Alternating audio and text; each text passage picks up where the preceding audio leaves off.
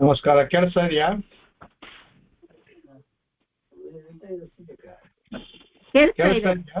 Okay sir. ಸರಿ.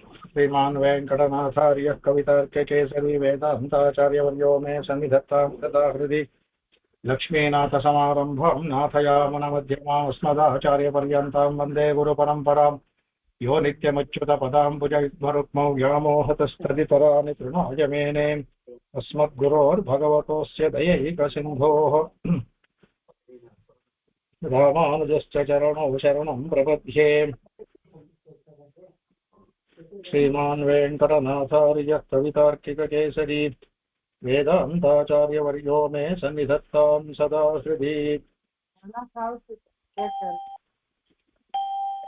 ಶ್ರೀಪರಾಶರ ಭಟ್ಟಾರ್ಯಃ ಶ್ರೀರಂಗೇಶ ಪುರೋಹಿತಃ ಶ್ರೀವತ್ಸಾಂಕಃ ಸುತಃ ಶ್ರೀಮಾನ್ ಶ್ರೇಯಸೇ ಮೇಸ್ತು ಭೂಜಸೇ.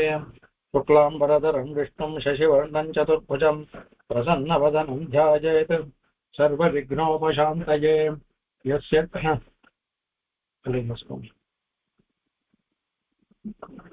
ವಸುವ್ಯಾಸಂ ವಸಿಷ್ಠನಪ್ತಾರಂ ಶಕ್ತೆ ಪೌತ್ರಮಕಲ್ಮಷಂ ಪರಾಶರಾತ್ಮಜಂ ವಂದೇ ಶುಕತಾತಂತಪವನಿಧಿಂ ವ್ಯಾಸಾಯ ವಿಷ್ಣುರೂಪಾಯ ವ್ಯಾಸರೂಪಾಯ ವಿಷ್ಣವೇ.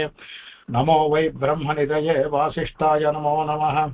ಅವಿಕಾರಾಯ ಶುದ್ಧಾಯ ನಿತ್ಯಾಯ ಪರಮಾತ್ಮನೇ ಸದೈಕರೂಪರೂಪಾಯ ವಿಷ್ಣವೇ ಸರ್ವಜಿಷ್ಣವೇ. ಅಲ್ಲಿ ನಿಲ್ಸ್ಕೊಂಡ ಇವಾಗ.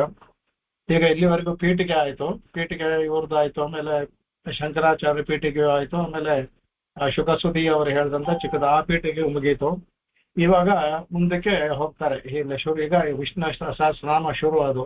ಅದರಲ್ಲಿ ಹೇಳ್ತಾರೆ ತತ್ಪ್ರಾಗೇವ ಪೌನಃ ಪುಣ್ಯೇನ ತತ್ತ ಪರತತ್ವ ಪರೇಶು ಪ್ರದೇಶೇಶು ಅಶೇಷಾರ್ಥ ನಿರ್ಣಯ ಶ್ರವಣಾತೆ ತುಷ್ಟಮನ್ಯತತಯಾ ಸ್ವಯಂ ಆಪೃಚ್ಯತೆ ಜನಮೇ ಜಯಾಯ ಪರಮ ಸೌಹಾರ್ದತ ಅನ್ಯತ್ ಕುಖ್ಯತಮ ಗ್ರಾಹಯನ್ ಸ್ವಯಮೇವ. ಅರ್ಥ ಹಿಂದೆನೆ ಹೇಳಿದ್ದೆ, ಆದ್ರೂ ರಿಪೀಟ್ ಏನು ಹೇಳ್ತಿದ್ದೀನಿ ಅಂದ್ರೆ, ಈಗ ಶ್ರೀ ವೈಶಂಪಾಯನ ವಾಚ ಇಂದ ಶುರು ಆಗುತ್ತೆ. ಅದು ಅದಕ್ಕೆ ಮುಂಚೆ ಬರೋದೆಲ್ಲ ಇದರಿಂದ 8 ಶ್ಲೋಕಗಳು ಪೀಠಿಕೆ ತಗೊಳ್ತಾರೆ ಶಾಸ್ತ್ರಾಗ ಮುಂಚೆ. ಅದು ಶುರು ಆಗೋದಲ್ಲಿ ಅಲ್ಲಿ ಜನ್ಮೇಜಯನ ಸರ್ಪಯಾಗದಲ್ಲಿ ವೈಶಂಪಾಯನರು ಹೋಗಿ ಮಹಾಭಾರತವನ್ನು ಹೇಳ್ತಾ ಇದ್ದಾರೆ. ಅದರಲ್ಲಿ ಹೇಳ್ತಾರೆ ಅವಾಗ ಭೀಷ್ಮರು ಧರ್ಮರಾಜನೇ ಬೋಧಿಸಿದಂತ ಅನೇಕ ಧರ್ಮಗಳು ಅದೆಲ್ಲವನ್ನೂ ಸಹ ಹೇಳ್ದ, ಎಲ್ಲವನ್ನೂ ಸಹ ಪರತತ್ವವನ್ನು ಭೀಷ್ಮರು ಹೇಳಿದ್ರು ಅಂತ ಹೇಳಿದ್ರು ಸಹ ಇವನು ಜನ್ಮೇಜಯ ಅವನಿಗೆ ಸಂದೇಹನ ಬರಲಿಲ್ಲ, ಮೇಲೆ ಏನು ಪ್ರಶ್ನೆ ಕೇಳಲಿಲ್ಲ. ಆಗ ಅವರೇನ ಏನ್ ಮಾಡ್ತಾರೆ, ಅದಕ್ಕೆ ಸ್ವಯಂ ಅಪೃಚ್ಛತೆ ಅಂದ್ರೆ ಸ್ವಯಂ ಜನಮೇಜಯನೇ ಏನು ಕೇಳದೆ ಇದ್ರು ಸಹ ಅಪೃಚ್ಛತೆ ಸಹ ಇವರೇನ್ ಮಾಡ್ತಾರೆ, ಜನಮೇಜಯಾಯ ಪರಮ ಸೌಹಾರ್ದತ, ಅವನು ಜನ್ಮೇಜಯ ಮೇಲಿರೋ ತನ್ನ ಸೌಹಾರ್ದತೆ ಪ್ರೀತಿಯಿಂದ ಏನ್ ಮಾಡ್ತಾರೆ, ಅನ್ಯದ್ ಗುಖ್ಯತಹಂ ಗ್ರಾಹಯನ್ ಸ್ವಯಮೇವ. ಇದಕ್ ಮೇಲೆ ಬಹಳ ಗುಖ್ಯತಮವಾದ ವಿಷಯ ಇನ್ಮೇಲೆ ಬರ್ತೇವೆ ವಿಷ್ಣು ಸಹಸ್ರನಾಮ. ಅವನು ಅದ್ರ ಬಗ್ಗೆ ಕೇಳಕ್ ಹೋಗ್ಲಿಲ್ಲ, ಅವನು ಮುಂದೆ ಏನ್ ಹೇಳಿದ್ರು ಅಂತ. ಆದ್ರೂ ಸಹ ಜನ್ಮೇಜಯ ಇವರು ವೈಶಂಪಾಯನರೇ ತಾವೇ ಭೂಯೇವ ಮಹಾಬಾಹೋ ಶೃಣುವಿತ್ಯಂ ಗುಖ್ಯತಮ ಭಗವಂತ ಹೇಳ್ತಾರಲ್ಲ, ಗುಖ್ಯತಮವಾದನ್ನ ನಾನೇ ಮೇಲೆ ಹೇಳ್ತೀನಿ ಅಂತ ಭಗವಂತ ಹೇಳಿದಾಗೆ ಇಲ್ಲಿ ಅದೇ ತರ ಇವರು ಹೇಳ್ತಾರೆ. ಇದು ಇದೇ ಶುರು ಆಗುತ್ತೆ. ಶ್ರೀ ವೈಶಂಪಾಯನ ಉವಾಚ ಅಂದ್ರೆ ಹೇಳುದು ಅಂತ, ವೈಶಂಪಾಯನರ ಮಾತು ಅಂತ. ವೈಶಂಪಾಯನ ಉವಾಚ ಅಂದ್ರೆ ವೈಶಂಪಾಯನವರು ಹೇಳಿದ್ದು. ಏನ್ ಹೇಳಿದ್ರು, ಶುತ್ವಾ ಧರ್ಮಾನ್ ಅಶೇಷೇಣ ಪಾವನಾನಿ ಚ ಸರ್ವಶಃ ಯುಧಿಷ್ಠಿರ ಶಾಂತನಪಂ ಪುನರೇವಾಭ್ಯಭಾಷತ.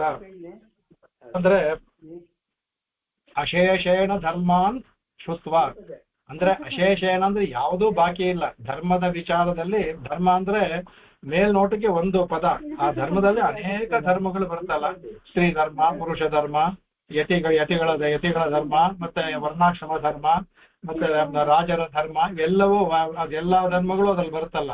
ಆ ಎಲ್ಲ ಧರ್ಮ ಅದಲ್ಲದೆ ನಾವು ನಮ್ಮ ಸಂಸ್ಕಾರಗಳಿಗೆ ಬೇಕಾದ ಧರ್ಮ. ಅದಕ್ಕೆ ಅನೇಕ ಧರ್ಮಾನ್ ಅಶೇಷತಃ ಶುತ್ವ. ಯಾರೋ ಮ್ಯೂಟ್ ಮಾಡ್ಕೊಂಡಿಲ್ಲ ನೋಡಿ.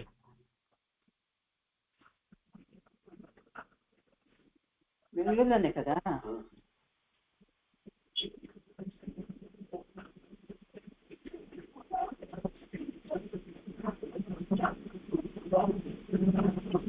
ಅಷ್ಟು ಬಂದ ತಕ್ಷಣ ವಾಯ್ಸನ್ನ ಮ್ಯೂಟ್ ಮಾಡ್ಕೊಂಬಿಡಿ. ಆಕ್ಚುಲಿ ಮೀನಾ ಕುಮಾರ್ ಇದನ್ನು ಯಾವಾಗಲೂ ಓಪನ್ ಇಟ್ಟಿರ್ತೀರ, ನಿಮ್ಗೆ ಗೊತ್ತಾಗಲ್ವ ಏನು ಗೊತ್ತಿಲ್ಲ. ಫಸ್ಟ್ ಬಂದ ತಕ್ಷಣ ಕ್ಲಿಕ್ ಮಾಡಿದ್ರೆ ಇದ್ರ ಮೇಲೆ ಸೌಂಡ್ ಮೇಲೆ ಮ್ಯೂಟ್ ಆಗುತ್ತೆ. ಅದು ನಿಮಗೆ ಕಟ್ ಆಗ್ಬಿಡುತ್ತೆ ನಮಗೆ ಅಂತ ಕೇಳಿದ್ರು ಒಂದ್ಸಲ. ಅದನ್ನ ಹೇಳ್ತಾರೆ, ಎಲ್ಲವನ್ನು ಕೇಳಿದ್ಮೇಲೆ ಏನ್ ಮಾಡಿದ್ರೆ ಸರ್ವಶಃ ಶುತ್ವ, ಏನು ಸ್ವಲ್ಪ ಅಲ್ಲ, ಅಶೇಷತಃ ಸರ್ವತಃ ಎಲ್ಲವನ್ನು, ಸರ್ವಶಃ ಅಂದ್ರೆ ಎಲ್ಲವನ್ನು ಕೇಳಿದಂತಹ ಯುಧಿಷ್ಠಿರ ಶಾಂತನವಂದ್ರ ಭೀಷ್ಮರನ್ನ ಪುನಃ ಏವ ಅಭ್ಯಭಾಷತ, ಮತ್ತೆ ಅವ್ರನ್ನ ಪ್ರಶ್ನೆ ಮಾಡ್ತಾನೆ. ಅಂದ್ರೆ ಧರ್ಮದ ವಿಷಯದಲ್ಲಿ ಎಲ್ಲವನ್ನು ತಿಳ್ಕೊಂಡಾಗಿದೆ, ಮಾಡಿದೆ, ಆಗಿದ್ರೂ ಸಹ ಯಾತಕ್ಕೆ ಧರ್ಮ ಮುಂದೆ ಕೇಳ್ತಾರೆ. ಪುನಃ ಅಂತಂದ ಮೊದಲು ಎಲ್ಲ ಕೇಳ್ಕೊಂಡಿದ್ದಾಯ್ತು ಅಂತ, ಮೊದಲು ಕೇಳಿದ್ದ ಧರ್ಮದ ಬಗ್ಗೆ, ಆ ಧರ್ಮವನ್ನು ವಿವರಿಸಿದ್ರು, ಮತ್ತೆ ಕೇಳ್ದ ಅಂದ್ರೆ ಹಿಂದೆ ಕೇಳಿದ್ದಿಂದ ಅವ್ರು ಧರ್ಮರಾಯರಿಗೆ ಎಲ್ಲವನ್ನು ಸಹ ಭೀಷ್ಮರು ಹೇಳಿದ್ರು ಧರ್ಮದ ವಿಷಯವಾಗಿ. ಪುನಃ ಅಭ್ಯಭಾಷತ, ಮತ್ತೆ ಅವ್ರನ್ನ ಕೇಳ್ತಾನೆ ಅಂದ್ಬಿಟ್ಟು ಅಂತ ಇದು ಅರ್ಥ. ಅದಕ್ಕೆ ಈ ಒಂದೊಂದು ಪದಕ್ಕೂ ಅದ್ಭುತವಾಗಿ ವ್ಯಾಖ್ಯಾನಗಳನ್ನ ಮಾಡಿ. ಇದಕ್ಕೆ ಬರೀ ನಮ್ಮ ಪರಾಶರ ಭಟ್ರದ್ದು, ಶಂಕರದಿದೆ, ಮತ್ತೆ ಸತ್ಯ ಶುಕಾಸುದಿ ಇದೆ. ಅದು ಮಧುರ ಭಾಷೆಯಲ್ಲಿ ಇದ್ರ ಬಗ್ಗೆ ವಿವರಣೆ ಇಲ್ಲ, ಸುಮ್ಮನೆ ಅರ್ಥ ಹೇಳ್ಕೊಂಡು ಹೋಗ್ಬಿಟ್ಟಿದ್ರೆ ವಿವರಣೆ ಕೊಡಕ್ ಹೋಗಿಲ್ಲ, ಇವ್ರು ಕೊಡ್ತಾರೆ. ಅದಕ್ಕೆ ಯಾತಕ್ಕೆ ಪದಗಳನ್ನು ಹಾಕಿದ್ರು ಅಂತ ಕೊಡಕ್ಕೆ. ಶುತ್ವ ಇತ್ಯಾದಿ ಅಂದ್ರೆ ಶುತ್ವಾದಿಂದ ಹೇಳ್ತಾರೆ. ಧರ್ಮ ಅಂದ್ರೆ ಏನು ಧರ್ಮ ಅನ್ಬಿಟ್ಟು ಧರ್ಮ ಅಂತ ಬಹುವಚನ ಹಾಕ್ಬಿಡ್ತಲ್ಲ ಇಲ್ಲಿ. ಧರ್ಮ ಅಂದ್ರೆ ಬಹುವಚನ ಹಾಕಿದಲ್ಲ, ಯಾಕೆ ಬಹುವಚನ? ಧರ್ಮಗಳು ಅಂದ್ರೆ ಏನೇನು ಧರ್ಮಗಳು ಇಲ್ಲಿ ಪರಾಶರ ಹೇಳ್ತಾರೆ. ಧರ್ಮ ಶ್ರುತಿ ಸ್ಮೃತಿ ಆದಿ ಚೋದನಾ ಲಕ್ಷಣ ಅಭ್ಯುದಯ ನಿಶ್ಚಯಸ ಫಲಾನ್ ರಾಜಮೋಕ್ಷ ದಾನ ಧರ್ಮ ರೂಪೇಣ ಬಹೂನೇ. ಅದಕ್ಕೆ ಆ ಧರ್ಮ ಅನ್ನೋದಕ್ಕೆ ಇಷ್ಟು. ಏನಪ್ಪ ಧರ್ಮ ಬಹುವಚನ ಯಾಕಂದ್ರೆ ಶ್ರುತಿ ಅಂದ್ರೆ ವೇದಗಳು, ಸ್ಮೃತಿ ಅಂದ್ರೆ ಋಷಿಗಳು ರಚಿಸಿದಂತ ಶಾಂಡಿಲ್ಯ ಸ್ಮೃತಿ, ಯಾಜ್ಞವಲ್ಕ್ಯ ಸ್ಮೃತಿ, ಮನುಸ್ಮೃತಿ, ಆ ಸ್ಮೃತಿಗಳಲ್ಲಿ ಅವರು ಅದು. ಮತ್ತೆ ಆದಿ ಅಂದ್ರೆ ಇನ್ನೂ ಅನೇಕ ಇತಿಹಾಸ ಪುರಾಣಗಳೆಲ್ಲ ಬರ್ತದೆ. ಅದರಿಂದ ಅದೇನಪ್ಪ ಹೌದು ಚೋದನಾ ಲಕ್ಷಣ ಅಭ್ಯುದಯ. ಅದಕ್ಕೆ ಆ ಚೋದನ ಅಂತ ಅಂದ್ರೆ ಜನಗಳನ್ನ ಪ್ರೇರೇಪಣೆ ಮಾಡುವಂತಹದ್ದು ಚೋದನಾ ಲಕ್ಷಣ. ಅದು ಅಭ್ಯುದಯ. ಆ ಧರ್ಮ ಯಾವತ್ತು ಅಭ್ಯುದಯ ಅಂದ್ರೆ ಶ್ರೇಯಸ್ಸಿಗಾಗಿ ಇರೋದು ಅಷ್ಟೇ ಅಲ್ಲ, ಅದು ನಿಶ್ರೇಯಸಃ ಅನ್ನಂದ್ರೆ ಅದರಲ್ಲಿ ಅಮುಗ್ರವಾಗಿ ಎಲ್ಲವನ್ನೂ ಸಹ ಯಾವುದನ್ನೂ ಬಿಡದೇನೆ ಫಲಾನ ಎಲ್ಲಾ ಫಲಗಳನ್ನು, ಅಂದ್ರೆ ಆ ಧರ್ಮ ಅನ್ನೋದು ಬರೀ ಎಲ್ಲಾ ಫಲಗಳು ಅಂದ್ರೆ ಇದರಲ್ಲಿ ಬರುತ್ತಾರೆ. ಅದಕ್ಕೆ ಪುರುಷಾರ್ಥದಲ್ಲಿ 4 ಧರ್ಮ ಅರ್ಥ ಕಾಮ ಮೋಕ್ಷ, ಅದರಲ್ಲಿ ಆ ಧರ್ಮ ಅನ್ನುವಾಗ ಎಲ್ಲಾ ಪುರುಷಾರ್ಥಗಳು ಅದರಲ್ಲಿ ಬರುತ್ತೆ. ಅದರಲ್ಲಿ ಯಾರ್ಯಾರು ಏನ್ ಕೇಳ್ತಾರೋ ಅದೆಲ್ಲವನ್ನೂ ಬರುತ್ತೆ. ಅದಕ್ಕೆ ಫಲ ಅದಕ್ಕೆ ಅದರಲ್ಲಿ ರಾಜಧರ್ಮ, ಮೋಕ್ಷ ಧರ್ಮ, ದಾನ ಧರ್ಮ ರೂಪೇಣ, ದಾನದ ಬಗ್ಗೆ, ಆಮೇಲೆ ನಮ್ಮ ಧರ್ಮ ರೂಪೇಣ ಬಹುನ, ಮತ್ತೆ ಧರ್ಮದ ಅನೇಕ ಮುಖಗಳು ಅದ್ರಲ್ಲಿ ಬಂತ ಶ್ರೀ ಧರ್ಮವೇ ಆಗ್ಲಿ, ಯತಿ ಧರ್ಮವೇ ಆಗ್ಲಿ, ಬರೀ ಅನೇಕ ಧರ್ಮಗಳು ಅದ್ರ ಬಹುನೇ ಎಲ್ಲವನ್ನು ಅಂದ್ರೆ ಧರ್ಮ ಅನ್ನುವಾಗ ಇಷ್ಟೆಲ್ಲವನ್ನೂ ವಿವರಿಸಿದ ಅದ್ಭುತವಾಗಿ. ಶಾಂತಿ ಪರ್ವ ಮತ್ತೆ ಅನುಶಾಸನಿಕ ಪರ್ವದಲ್ಲಿ ಭೀಷ್ಮರು ಅದ್ಭುತವಾಗಿ ಎಲ್ಲವನ್ನು ಅವ್ರವ್ರು ಯಾರ್ಯಾರು ಮಾತಾಡಿದ್ರು ಅದನ್ನೆಲ್ಲ ಇಟ್ಟು ವರ್ಣಿಸ್ತಾರೆ. ಅದನ್ನ ಹೇಳ್ತಾರೆ. ಎಲ್ಲ ಧರ್ಮಗಳನ್ನು ಸಹ ಇದನ್ನೆಲ್ಲವನ್ನೂ ಸಹ ಅಶೇಷೇಣ ಒಂದೊಂದು ಪದಕ್ಕೂ ವ್ಯಾಖ್ಯಾನ ಮಾಡ್ತಾರೆ. ಅಶೇಷಣ ಅಂದ್ರೆ ಕಾರ್ಸ್ನೇನ ಏಚ ಯಾವಂತಹ ತಾವತಶ್ಚ ಇತ್ಯರ್ಥಃ. ಅಂದ್ರೆ ಅಶೇಷೇಣ ಅಂದ್ರೆ ಒಂದು ಚೂರು ಬಿಡದೆ ಅಂತ, ಶೇಷ ಅಂದ್ರೆ ಸ್ವಲ್ಪ ಇರೋದು, ಅಶೇಷೇಣ ಅಂದ್ರೆ ಒಂದು ಚೂರು ಬಿಟ್ಟಿಲ್ದೆ ಇರೋದು. ಅನ್ನಂದ್ರೆ ಕಾರ್ಸ್ನೇನ ಸಮೂಲಾಗ್ರವಾಗಿ ಅಂತ, ಕಾರ್ಸ್ನೇನ ಸಮೂಲಾಗ್ರವಾಗಿ, ಏನಚ ಯಾವಂತಹ ತಾವತಶ್ಚ ಇತ್ಯರ್ಥಃ. ಅನ್ನಂದ್ರೆ ಸಂಪೂರ್ಣವಾಗಿ ಅವನಿಗೆ ಧರ್ಮರಾಜನಿಗೆ ತಿಳುವಳಿಕೆ ಬರೋದು ಎಲ್ಲಿವರೆಗೆ ಬರುತ್ತೋ, ಅಂದ್ರೆ ಪ್ರಶ್ನೆ ಮೇಲೆ ಪ್ರಶ್ನೆ ಆಗ್ತಾ ಇರ್ತಾನೆ, ಎಲ್ಲಿ ಅವನಿಗೆ ಸಂದೇಹ ತೀರುತ್ತೋ, ಯಾವಂತಹ ತಾವತಶ್ಚ ಇತ್ಯರ್ಥಃ, ಅಲ್ಲಿವರೆಗೂ ಕೇಳಿದ. ಸುಮ್ಮನೆ ಒಂದ್ಸಲ ಹೇಳಿ ಸುಮ್ಮನೆ ಆಗ್ಲಿಲ್ಲ, ಅದ್ರ ಮೇಲೆ ಪ್ರಶ್ನೆಯನ್ನ ಸೇವೆಯ ಅಂತ ಗೀತೆ ಹೇಳಿದಾಗೆ ಮತ್ತೆ ಅದ್ರಲ್ಲಿ ಪ್ರಶ್ನೆ ಮಾಡಿ ಸಂದೇಹ ಇರೋದು ಎಲ್ಲ ಆಮೂಲಾಗ್ರವಾಗಿ ತನ್ನ ಸಂದೇಹ ತೀರುವವರೆಗೂ ಅವರು ಭೀಷ್ಮರನ್ನ ಪ್ರಶ್ನೆ ಮಾಡಿ ಎಲ್ಲವನ್ನೂ ತಿಳ್ಕೊಂಡ ಇತ್ಯರ್ಥಃ. ಆಮೇಲೆ ಪಾವನಾನಿಚ, ಇದೇನು ಬಂದಂದ್ರೆ ಇದು ಪಾವನಾಚಿ ಅಂದ್ರೆ ಇದು ತಪಃ ತೀರ್ಥ ಸೇವ್ಯಾದೀನಿ ಶುದ್ಧಿಕರಾಣಿಚ. ಇವ್ ಭೀಷ್ಮರು ಹೇಳೋ ಧರ್ಮ ಏನು ಅಂದ್ರೆ ಪಾವನಾನಿ, ಪವಿತ್ರವನ್ನಗೊಳಿಸುವಂತಹ ವಿಷಯವನ್ನ ಹೇಳಿದ್ರು. ಒಂದಂದ್ರೆ ಅದ್ರಲ್ಲಿ ಯಾವ ತರ ಪವಿತ್ರಗೊಳ್ಳುವುದು ಅನ್ನೋದಕ್ಕೆ ತಪಸ್ಸಿನಿಂದ ತಪಸ್ಸು, ಧ್ಯಾನ, ಭಗವಂತನ ಕೀರ್ತನೆ, ಸಂಕೀರ್ತನೆ, ಅದರಿಂದ ಶುದ್ಧಿ ಆಗ್ತೀವಿ. ತೀರ್ಥ ಅಂತಂದ್ರೆ ವಿಶೇಷವಾದ ಯಾತ್ರಾ ಸ್ಥಳಗಳು, ಕಾಶಿ, ರಾಮೇಶ್ವರ, ಆ ಥರ ಇದೆಲ್ಲ ಪ್ರಯಾಗರಾಜು, ಆ ಥರ ಇದರಲ್ಲಿ ಗಂಗಾ ಸ್ನಾನ ಮಾಡೋದೆಲ್ಲೋ. ಅದ್ರ ಮೇಲೆ ಸೇವಾದೀನಿ ಹೋಗಿ ಮತ್ತೆ ಸೇವೆಗಳು, ಗುರು ಹಿರಿಯ ಸೇವೆ ಮಾಡೋದು, ಆಚಾರ್ಯರ ಸೇವೆ ಮಾಡೋದು, ಋಷಿಗಳು ಇವರೆಲ್ಲ ಸೇವೆ ಮಾಡೋದೈತಲ್ಲ, ಅದನ್ನ ಈ ಸೇವಾದೀನಿ ಶುದ್ಧೀಕರಣಾನಿಚ, ಇಂತಹ ಶುದ್ಧೀಕರಣಗೊಳಿಸುವಂತಹ ಧರ್ಮಗಳನ್ನು ಅಂತ. ಧರ್ಮಾನಿ ಬಹೂನಿ ಪಾವನಾನಿಚ, ಪಾವನಗೊಳಿಸುವಂತಹ ಅನೇಕ ಧರ್ಮದ ವಿಷಯಗಳನ್ನು ಅಂದ್ಬಿಟ್ಟು ಒಂದೊಂದು ಪದಕ್ಕೂ ಅದ್ಭುತವಾಗಿ ವ್ಯಾಖ್ಯಾನ ಮಾಡ್ತಾರೆ.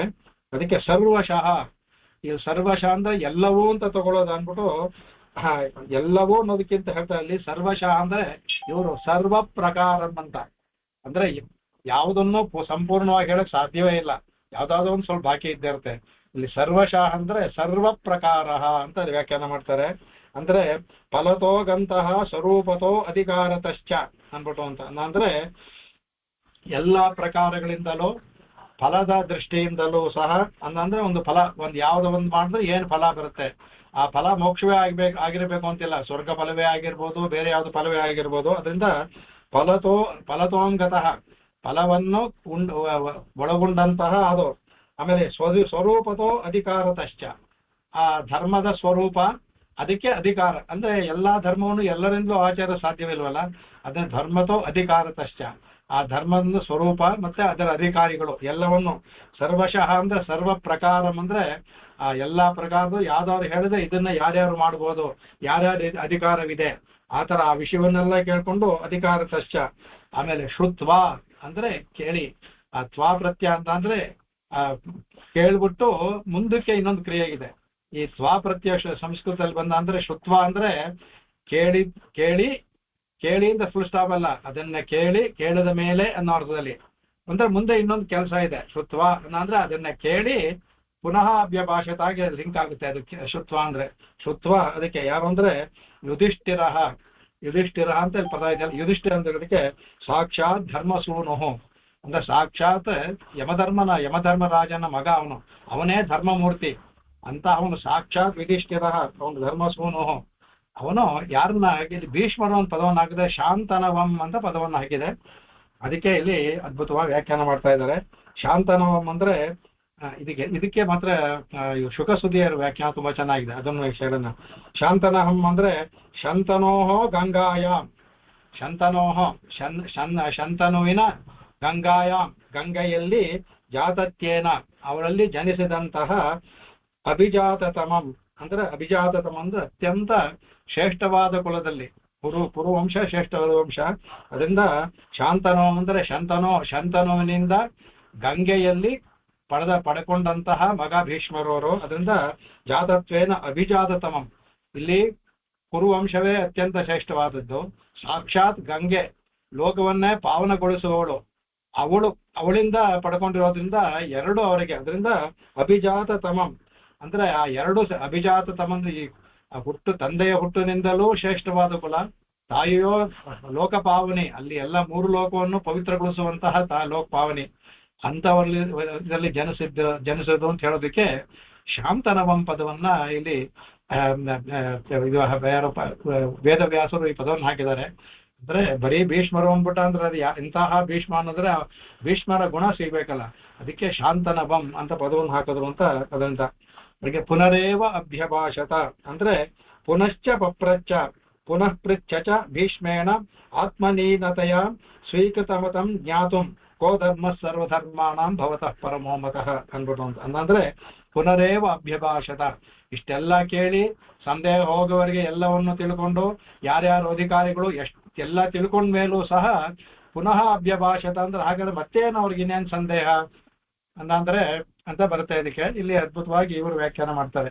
ಅವ್ರಿಗೆ ಸಂದೇಹ ಅಲ್ಲ, ಈಗ ಇವರು ಹೇಳ್ತಾರೆ ಅದಕ್ಕೆ ಅಂದ್ರೆ ಪುನಶ್ಚ ಪಪ್ರಚ್ಚ, ಮತ್ತೆ ಕೇಳಿದ್ರು.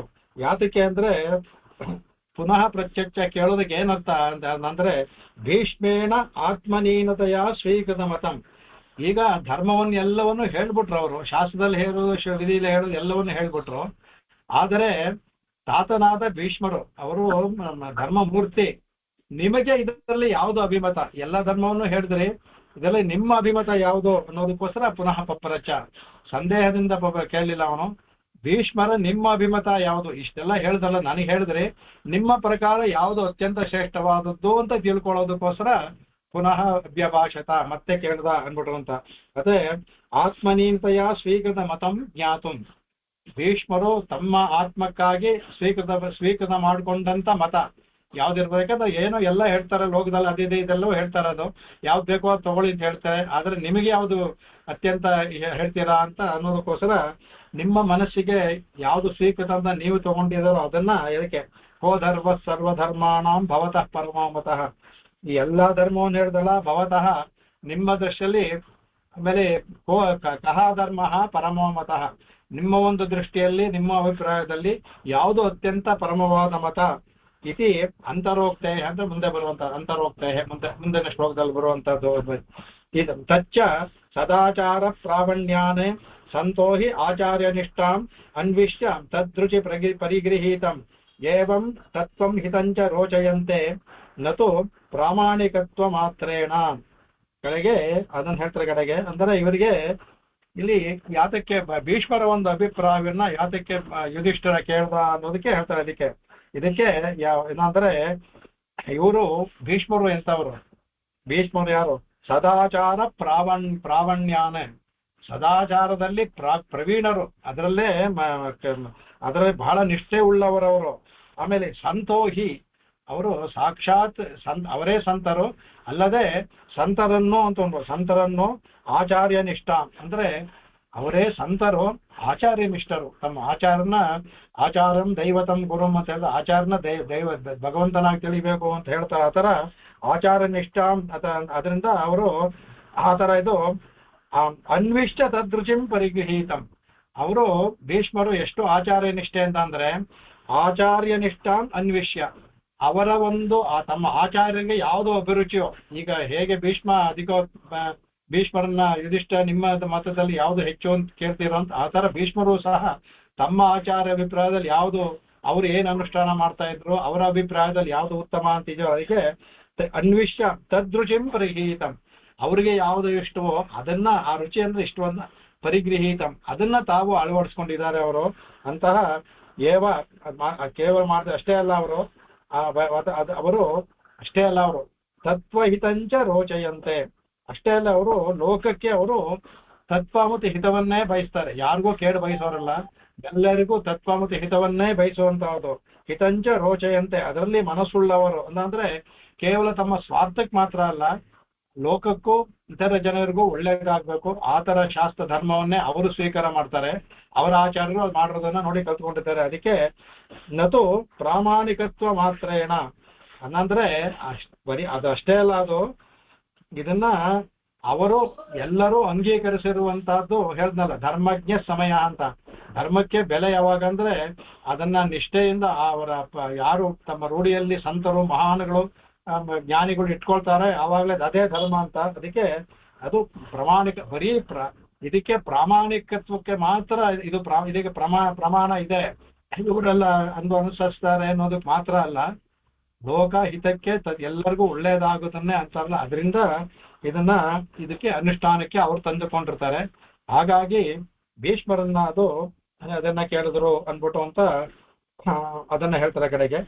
ಇದನ್ನ ಮೂರು ಒಂದು ಹೇಳ್ಬಿಟ್ಟು ಆಮೇಲೆ ಶಂಕರ ಭಾಷ್ಯಕ್ಕೆ ಮತ್ತೆ ಬೇರೆ ಭಾಷೆಗೆ ಹೋಗೋಣ. ಇದನ್ನ ಕಡೆಗೆ ತತ್ರ ಇದಂ ಆದೌ ಏವ ಉದೈರಿರಾಮ ಪ್ರೇಕ್ಷಾವದ್ಭಿಃ ಪ್ರಮಾಣೇನ ಪರಿಚ್ಛದ್ಯ ಅನುಕೂಲಂ ಪ್ರಮೇಯಂ ಉಪಾದೇಯಂ ಇತಿ ಅಂದ್ರೆ ತತ್ರ ಇದಂ ಆದೌ ಉದೈರೇ ಅಂದ್ರೆ ಇದ್ರ ಬಗ್ಗೆ ನಾನು ಅಂದ್ರೆ ಹೇಳ್ತಾರೆ ಇಲ್ಲಿ ಅಂದ್ರೆ ಪರಾಶರ ಭಟ್ರು ಹೇಳೋ ಮಾತು. ಇದರ ಬಗ್ಗೆ ನಾನು ಮೊದಲೇ ಪೀಠಿಕೆಯಲ್ಲೆಲ್ಲ ಹೇಳಿದ್ದೇನೆ. ಅಂದ್ರೆ ಆದೋ ಏವಂ ಉದೈರಿರಾಮ ಅಂದ್ರೆ ಇದನ್ನ ಈ ಪ್ರಮಾಣ ಅಂದ್ರೆ ಇದು ವಿಷ್ಣು ಧರ್ಮ ಇದಕ್ಕೆಲ್ಲ ಪ್ರಮಾಣವನ್ನ ಮೊದಲೇ ನಾನು ಹೇಳಿದೆ. ಉದೈರಿರಾಮ ಅಂದ್ರೆ ಉದಾಹರಣೆಗೆ ಪೂರ್ವಕವಾಗಿ ಹಿಂದೆ ನಾ ಇದ್ರ ಬಗ್ಗೆ ಹೇಳಿ ಆಗಿದೆ ಅದಕ್ಕೆ. ಆಮೇಲೆ ಪ್ರೇಕ್ಷಾವದ್ಭಿ ಪ್ರಮಾಣೇನ ಕಡೆಗೆ ಇದನ್ನ ಈ ತರ ವಿಷಯಗಳನ್ನ ಒಬ್ಬ ಬುದ್ಧಿವಂತನಾದವನು ಏನ್ ಮಾಡ್ತಾನೆ, ಪ್ರೇಕ್ಷಾವದ್ಭಿ ಕಡೆಗೆ ಪ್ರಮಾಣೇನ ಪರಿಚ್ಛಿದ್ಯ ಎಲ್ಲವನ್ನು ಇದು ಯಾಕೆ ಹೇಳಿದೆ ಅಂದ್ರೆ ಹಿಂದೆ ಎಲ್ಲ ಇದರಲ್ಲೂ ಹೇಳಿರೋದ್ರಿಂದ ವೇದವ್ಯಾಸರು ಮಹಾಜ್ಞಾನಿಗಳು ತ್ರಿಕಾಲ ಜ್ಞಾನಿಗಳು ಭಗವಂತನ ಅವರಿಗೆ ಬರವರು ಇದೆ. ಅದು ಅಲ್ಲದೆ ಅವರಿಗೆ ಎಲ್ಲವನ್ನು ವಿವರಣೆ ಮಾಡಿದ್ರು ಅವರು ಆಚಾರ್ಯ ನಿಷ್ಠೆ ಅವ್ರಿಗೆ ಇದು ಪ್ರತಿಯೊಂದು ವಿವರಣೆ ಮಾಡಿ ಅತ್ಯಂತ ಧರ್ಮದಲ್ಲೇ ನಿಷ್ಠೆ ಉಳ್ಳವರವರು. ಅದರಿಂದ ಅವ್ರ ಆಚಾರ ಮಾಡೋದೇ ಪ್ರಮಾಣವಾಗುತ್ತೆ. ಇದು ಯುಧಿಷ್ಠನಿಗೆ ಯಾವ್ದಕ್ಕೆ ಕೇಳೋದನ್ನ ಕೇಳ್ತಾರೆ, ಯಾರೊಬ್ರು ಆದ್ರೂ ಸಹ ಒಂದು ಧರ್ಮವನ್ನ ಅನುಚಾರ ಮಾಡ್ಬೇಕಾದ್ರೆ ಮೊದಲು ಧರ್ಮದ ವಿಚಾರ ತಿಳ್ಕೋಬೇಕು, ಅದನ್ನ ತಮ್ಮ ಆಚಾರ್ಯರು ಅನುಸ್ತಾ ಇದ್ದಾರ ಅಂತ ನೋಡ್ಕೋಬೇಕು. ಹಾಗೆ ಅನುಸಾರ ಮಾಡ್ತಿದ್ರೆ ಯಾವ ಪ್ರಶ್ನೆ ಇಲ್ಲದೆ ಇದ್ರೆ ಅವ್ರನ್ನ ಪ್ರಶ್ನೆ ಮಾಡಿ ಕೇಳಬೇಕು, ಈ ತರ ಇದೆ ಯಾಕೆ ನೀವು ಮಾಡ್ತಾ ಇಲ್ಲ, ಯಾತಕ್ಕಿದು, ಇದು ಉಪಾದೇಯ ತಮವಲ್ವಾ ಹೇಗೆ ಅನ್ಬೋದು ಅಂತ. ಅದರಿಂದ ಯಾವತ್ತೂ ಒಂದು ಪ್ರಮಾಣ ಪೂರ್ವಕವಾಗಿ ಒಂದು ಯಾವ್ದಾದ್ರು ತಗೊಂಡ್ರೆ ಆಚಾರ ಮಾಡ್ಸೋಕೆ ಅಂಗೀಕಾರ ಮಾಡ್ಬೇಕಾದ್ರೆ ಮನಸ್ಸಲ್ಲಿ ಒಂದು ದೃಢತ್ವ ಇರಬೇಕು. ಆ ದೃಢತ್ವಕ್ಕೆ ಪ್ರಮಾಣ ಬೇಕು. ಪ್ರಮಾಣಗಳನ್ನ ನಾ ಹಿಂದೆ ಆಗ್ಲೇ ಇವ್ರು ಹೇಳಿದ್ದಾರೆ, ವರ್ಣನೆ ಮಾಡಿದೀನಿ, ಮತ್ತೆ ಹೇಳಕ್ ಹೋಗೋದಿಲ್ಲ ಅಂತ. ಎಲ್ಲ ಇದರಲ್ಲಿ ಪುರಾಣಗಳಲ್ಲಿ ಹೇಳಿದ್ದು, ಮಹಾಭಾರತವೇ 5ನೇ ವೇದ ಅಂತ ಹೇಳಿದ್ದು, ಅದರಲ್ಲಿ ವೇದವ್ಯಾಸರೇ ಸಾಕ್ಷಾತ್ ಭಗವನ್ ಅವತಾರನೇ ರಚನೆ ಮಾಡಿರೋದ್ರಿಂದ ಅವ್ರು ಹೇಳಿದ್ರಲ್ಲಿ ಸುಳ್ಳು ಬರಕ್ ಸಾಧ್ಯವೇ ಇಲ್ಲ. ಇತ್ಯಾದಿ ಎಲ್ಲ ಇದೆಯಲ್ಲ, ಅದರಿಂದ ಪ್ರಮಾಣೇನ ಅಂದ್ರೆ ಒಬ್ರು ಯಾವ್ದಿದ್ರು ಪ್ರಮಾಣದಿಂದ ಪರಿಚ್ಛಿದ್ಯ ಅಂತಂದ್ರೆ ತನ್ನ ಅಧಿಕೃತವಾದ ಪರೀಕ್ಷಿಸಿ ಮಾಡ್ಬಿಟ್ಟು ಕಡೆಗೆ ಅನುಕೂಲಂ ಪ್ರಮೇಯಂ ಅದರಲ್ಲಿ ಇದು ನಮಗೆ ಅನುಕೂಲವಾ ಇಲ್ವಾ, ಇದು ಪ್ರಮೇಯವ ಮತ್ತೆ ಉಪಾದೇಯವ, ಇದೆಲ್ಲವನ್ನೂ ಮೊದಲು ವಿಚಾರ ಮಾಡಬೇಕು. ಒಂದು ಧರ್ಮವನ್ನು ಆಚರಣೆ ಮಾಡಬೇಕಾದ್ರೆ ಅದೆಲ್ಲವನ್ನೂ ಮಾಡಿ ಅಂತಹ ಒಂದು ಉಪಾಯ ಉಪೇಯ ಎರಡು ಇದೆ. ಅದರಲ್ಲಿ ಉಪೇಯ ಅಂದ್ರೆ ಪಡೆಯಲ್ಪಡುವಂತಹ ವಸ್ತು ಉಪೇಯ, ಯಾವ ಧರ್ಮವೇ ಆಗ್ಲಿ. ಉಪೇಯ ಅಂದ ತಕ್ಷಣ ನಾವು ಸಾಕ್ಷಾತ್ ಪರಬ್ರಹ್ಮನಿಗೆ ಹೋಗೋದು ಬೇಡ, ಯಾವುದನ್ನು ಪಡಿತೀವೋ ಅದು ಉಪೇಯ ಅದು. ಈಗ ನಮಗೆ ಒಂದು ಸ್ವರ್ಗ ಬೇಕು ಅಂದ್ರೆ ಸ್ವರ್ಗವೇ ಉಪೇಯ, ಅದಕ್ಕೆ ಮಾಡಬೇಕಾದ ಉಪಾಯ ಒಂದು ಇದೆಯಲ್ಲ ತಂತ್ರ, ಅದು ಉಪಾಯ. ಅದನ್ನು ಪಡೆಯಕ್ಕೆ ಮಾಡಬೇಕಾದ ಒಂದು ಕೆಲಸ ಅದು ಉಪಾಯ. ಅದು ಉಪೇಯ ಯಾವ್ದಾರು ಆಗ್ಬೋದು. ಅಂದ್ರೆ ಅತ್ಯಂತ ಶ್ರೇಷ್ಠತಮ ಭಗವಂತನ ಪಡೆಯೋದು ಅದು ಉಪೇಯ. ಅದಕ್ಕೆ ಬರುತ್ತೆ ಉಪಾಯ ಶರಣಾಗತಿ ಭಕ್ತಿ ಯೋಗ, ಅದು ಕಡೆಯಲ್ಲಿ ಬರುತ್ತೆ. ಅದರ ಉಪೇಯಗಳು ಅದು ಮೋಕ್ಷವೇ ಆಗಿರ್ಬೇಕು ಅಂತಿಲ್ಲ. ಯಾವ ವಸ್ತುವನ್ನು ಪಡ್ಕೋಬೇಕೋ ಅದು ಉಪೇಯ, ಅದಕ್ಕೆ ಪಡ್ಕೊಳ್ಳೋಕ್ಕೆ ಅನುಸರಿಸುವಂತ ದಾರಿ ಉಪಾಯ. ಅದನ್ನ ಹೇಳ್ತಾರೆ. ಅದಕ್ಕೆ ಉಪಾಯಾತ್ಮನ ಅದಕ್ಕೆ ಹೇಳ್ತಾರೆ ಉಪಾದೇಮಿತಿ ತಚ್ಚ ದ್ವೈಧಂ ವರ್ತತೆ. ಅದರಿಂದ ಎರಡು ಬರುತ್ತೆ, ಎಲ್ಲದರಲ್ಲೂ ಎರಡಿದೆ. ಒಂದು ಪಡ್ಕೊಳ್ಳುವಂತ ವಸ್ತು, ಅದಕ್ಕೆ ಬೇಕಾದಂತ ದಾರಿ. ಅದರಿಂದ ಒಂದು ಉಪೇಯ ಒಂದು ಉಪಾಯ, ಅದಕ್ಕೆ ಎರಡು ಬರುತ್ತೆ ಅದಕ್ಕೆ. ಆಮೇಲೆ ಉಪೇಯಾತ್ಮನ ಉಪೇಯಂಚ ಪ್ರಿಯತಮ ರೂಪೇಣ ತೈಧರ್ಮ ಉಪಾಯಶ್ಚ ಹಿತಕರ ಹಿತತಮ ರೂಪೇಣ. ಅದೆಲ್ಲ ಹೇಳ್ತಾರೆ. ಅದಕ್ಕೆ ಉಪೇಯ ಅಂದ್ರೆ ಏನಪ್ಪಾ ಅಂದ್ರೆ, ಯಾವ್ದು ಉಪೇಯ ಅಂದ್ರೆ ಪ್ರಿಯತಮ ರೂಪೇಣ. ಯಾವ್ದಾದ್ರು ವಸ್ತು ತಗೊಂಡ್ರೆ ಒಂದು ಪ್ರಿಯ, ಅದಕ್ಕಿಂತ ಆಗಿದ್ದು ಪ್ರಿಯತರ, ಅತ್ಯಂತ ಪ್ರಿಯವಾದ ಪ್ರಿಯತಮ. ಸೊ ನಾವು ಅಂದ್ರೆ ಯಾರಿಗೆ ಯಾವ್ದ್ರಲ್ಲಿ ಆಸೆ ಇರ್ತೋ ಅದು ಪ್ರಿಯತಮವಾಗುತ್ತೆ. ಒಬ್ಬರಿಗೆ ಸ್ವರ್ಗದಲ್ಲಿ ಆಸೆ ಇದ್ರೆ ಆ ಸ್ವರ್ಗವೇ ಪ್ರಿಯತಮವಾಗುತ್ತೆ. ಅದು ಬೇರೆ ಇವರಿಗೆ ಅದು ಪ್ರಿಯತಮ ಆಗ್ಬೇಕಾಗಿಲ್ಲ ಅವರಿಗೆ. ಇಲ್ಲ ಒಬ್ರು ನನಗೆ ಮಕ್ಕಳು ಬೇಕು ಅನ್ನುವಾಗ ಮಕ್ಕಳು ಪ್ರಿಯತಮರಾಗ್ತಾರೆ. ದಶರಥನಿದ್ದಾಗೆ ಬೇಕದೆಲ್ಲ ಆತರ ಯಾರು ಒಬ್ಬ ಧನವನ್ನ ಆಸೆ ಪಡ್ತಾರೆ, ಪಶುಕಾಮರಾಗಿರ್ತಾರೆ, ಆಗ ಅವರಿಗೆ ಅದು ಪ್ರಿಯತಮವಾಗುತ್ತೆ. ಅದೇ ಅಂದ್ರೆ ಉಪೇಯ ಅಂದ್ರೆ ಪ್ರಿಯತಮ ರೂಪೇಣ ತೈಧರ್ಮ. ಯಾವುದು ಪ್ರಿಯತಮವೋ ಅವರ ಒಂದಕ್ಕೆ ಅದು ಉಪೇಯ. ಆಮೇಲೆ ಉಪಾಯಶ್ಚಿ ಹಿತಕರ ಹಿತತಮ ರೂಪೇಣ ತೈಧಮ್. ಅದಲ್ಲದೆ ಅದನ್ನ ತ್ರೈಧರ್ಮೋಪಾಯಶ್ಚ, ಅದನ್ನ ಕಡೆಗೆ ಇದು ಸಹ 3 ತರ ಹೇಳ್ತಾರೆ. ಉಪೇಯ 3 ತರ ಹೇಳಿದ್ರು, ಪ್ರಿಯತರ ಪ್ರಿಯತಮ. ಉಪಾಯವೂ ಸಹ 3 ಅಂತ ಹೇಳ್ತಾರೆ. ತ್ರೈಧರ್ಮ ಅಂತ ಯಾವ್ದಪ್ಪ ಅಂದ್ರೆ ಉಪಾಯಶ್ಚ, ಅದರಲ್ಲೂ 3 ಏನಂದ್ರೆ ಹಿತತರ ಹಿತತಮ ರೂಪೇಣ. ಯಾವ್ದು ಹಿತ, ಯಾವ್ದು ಹಿತತರ, ಯಾವ್ದು ಹಿತತಮ ಅಂದ್ರೆ ಅನುಸರಿಸೋದಕ್ಕೆ ಯಾವ್ದು ಸ್ವಲ್ಪ ಕಷ್ಟವಾಗಿದ್ರು ಒಂದು ವಸ್ತುವನ್ನು ಸಾಧಿಸ್ಕೊಡ್ದೆ ಅದು ಹಿತ. ಅದಕ್ಕಿಂತ ಸುಲಭವಾದ ಒಂದು ದಾರಿ ಇದ್ರೆ ಅದು ಹಿತತರ, ಅದಕ್ಕಿಂತ ತುಂಬಾ ಸುಲಭವಾದ ದಾರಿ ಇದೆ ಹಿತತಮ. ಉಪೇಯ ಎರಡು ಮೂರು ತರ ಇರುತ್ತೆ ಅಂತ ಇಲ್ಲಿ ಬಿಡಿಸಿ ಹೇಳ್ತಾರೆ. ಸೊ ಹಾಗಾಗಿ ಯಾವುದು ಪ್ರಿಯತಮವೋ ಅದು ಉಪೇಯ, ಯಾವುದು ಪ್ರಿಯತರವೋ ಅದು ಉಪಾಯ. ಅಂದ್ರೆ ಸುಲಭವಾಗಿರೋದು ಪ್ರಿಯತರ, ಇದು ಪ್ರಿಯತಮ ಉಪಾಯದಲ್ಲಿ. ಅತ್ಯಂತ ಬೇಕಾಗಿರೋದು ಪ್ರಿಯತಮ ಉಪೇಯದಲ್ಲಿ. ಅದರಿಂದ ಯಾವ ಮಾಡ್ಬೇಕಾದ್ರೂ ನಾವು 3 ನೋಡ್ಕೊಳ್ತೀವಿ. ಈಗ ಇಲ್ಲಿಂದ ಹೋಗ್ಬೇಕಾದ್ರೆ ಶಾರ್ಟ್ ಕಟ್ ಇದ್ರೆ, ಇಲ್ಲಿಂದ ನಾವು ಮೈಸೂರಿಗೆ ಹೋಗ್ಬೇಕಾದ್ರೆ ಪಕ್ಕದಲ್ಲಿ ಸುಲಭವಾಗಿ ಒಂದು ದಾರಿ ಇರ್ಬೇಕಾದ್ರೆ ಸುತ್ಕೊಂಡು ನಾವು ಹೋಗೋದಿಲ್ಲ. ಬೇರೆ ಏನಾದ್ರು ಕೆಲಸ ಇದ್ರೆ ಹೋಗೋದು ಬೇರೆ ಮಾತು, ಸುತ್ಕೊಂಡು ಹೋಗೋದಿಲ್ಲ. ಯಾಕಂದ್ರೆ ಅದು ದಾರಿ ಚೆನ್ನಾಗಿರ್ಬೋದು, ಅದು ಪ್ರಿಯತರವೇ ಆಗಿರ್ಬೋದು, ಅದೇ ಪ್ರಿಯತಮವಲ್ಲ. ಯಾಕಂದ್ರೆ ಒಂದು 50 ಕಿಲೋಮೀಟರ್ ಜಾಸ್ತಿ ಆಗುತ್ತೆ, ಈ ಕಡೆ ಹೋದ್ರೆ ಕಡಿಮೆ ಆಗುತ್ತೆ. ಇದು ರೋಡ್ ಚೆನ್ನಾಗಿದೆ, ಅದು ರೋಡ್ ಚೆನ್ನಾಗಿದೆ. ಆ ತರ ಅಲ್ಲ ಮೈಸೂರು ಹೋಗೋದು ನಮ್ಗೆ ಉಪೇಯ, ಅಲ್ಲಿ ಹೋಗಿ ತಲುಪೋದು. ಉಪಾಯ ಅಂತ ಹೋಗೋದು. ಯಾವ ತರ ಹೋಗ್ತೀರಾ? ನಡ್ಕೊಂಡು ಹೋದ್ರೆ ಕಷ್ಟ, ಅದು ಪ್ರಿಯ, ಅದು ಇದು ಕಷ್ಟ. ಇಲ್ಲ ಒಂದು ಗಾಡಿನಲ್ಲಿ ಹೋಗೋದದು, ಇಲ್ಲ ಅಂದ್ರೆ ಒಂದು ಕಾರ್ನಲ್ಲಿ ಹೋಗೋದು, ಟ್ರೈನ್, ಈ ತರ ಇದೆಯಲ್ಲ. ಅದಕ್ಕೆ ಪ್ರಿಯ, ಪ್ರಿಯತರ, ಪ್ರಿಯತಮ ಮೂರು ವಿಭಾಗ ಮಾಡಿಬಿಟ್ರು ಇಲ್ಲಿ. ಹಾಗಾಗಿ ಎರಡೂ ಸಹ ಮೂರು ವಿಧವಾಗಿದೆ ಅಂದ್ಬಿಟ್ಟು ಇಲ್ಲಿ ಉಪಾಯವನ್ನ ಇವರು ತೋರಿಸ್ಕೊಡ್ತಾ ಇರೋದನ್ನ.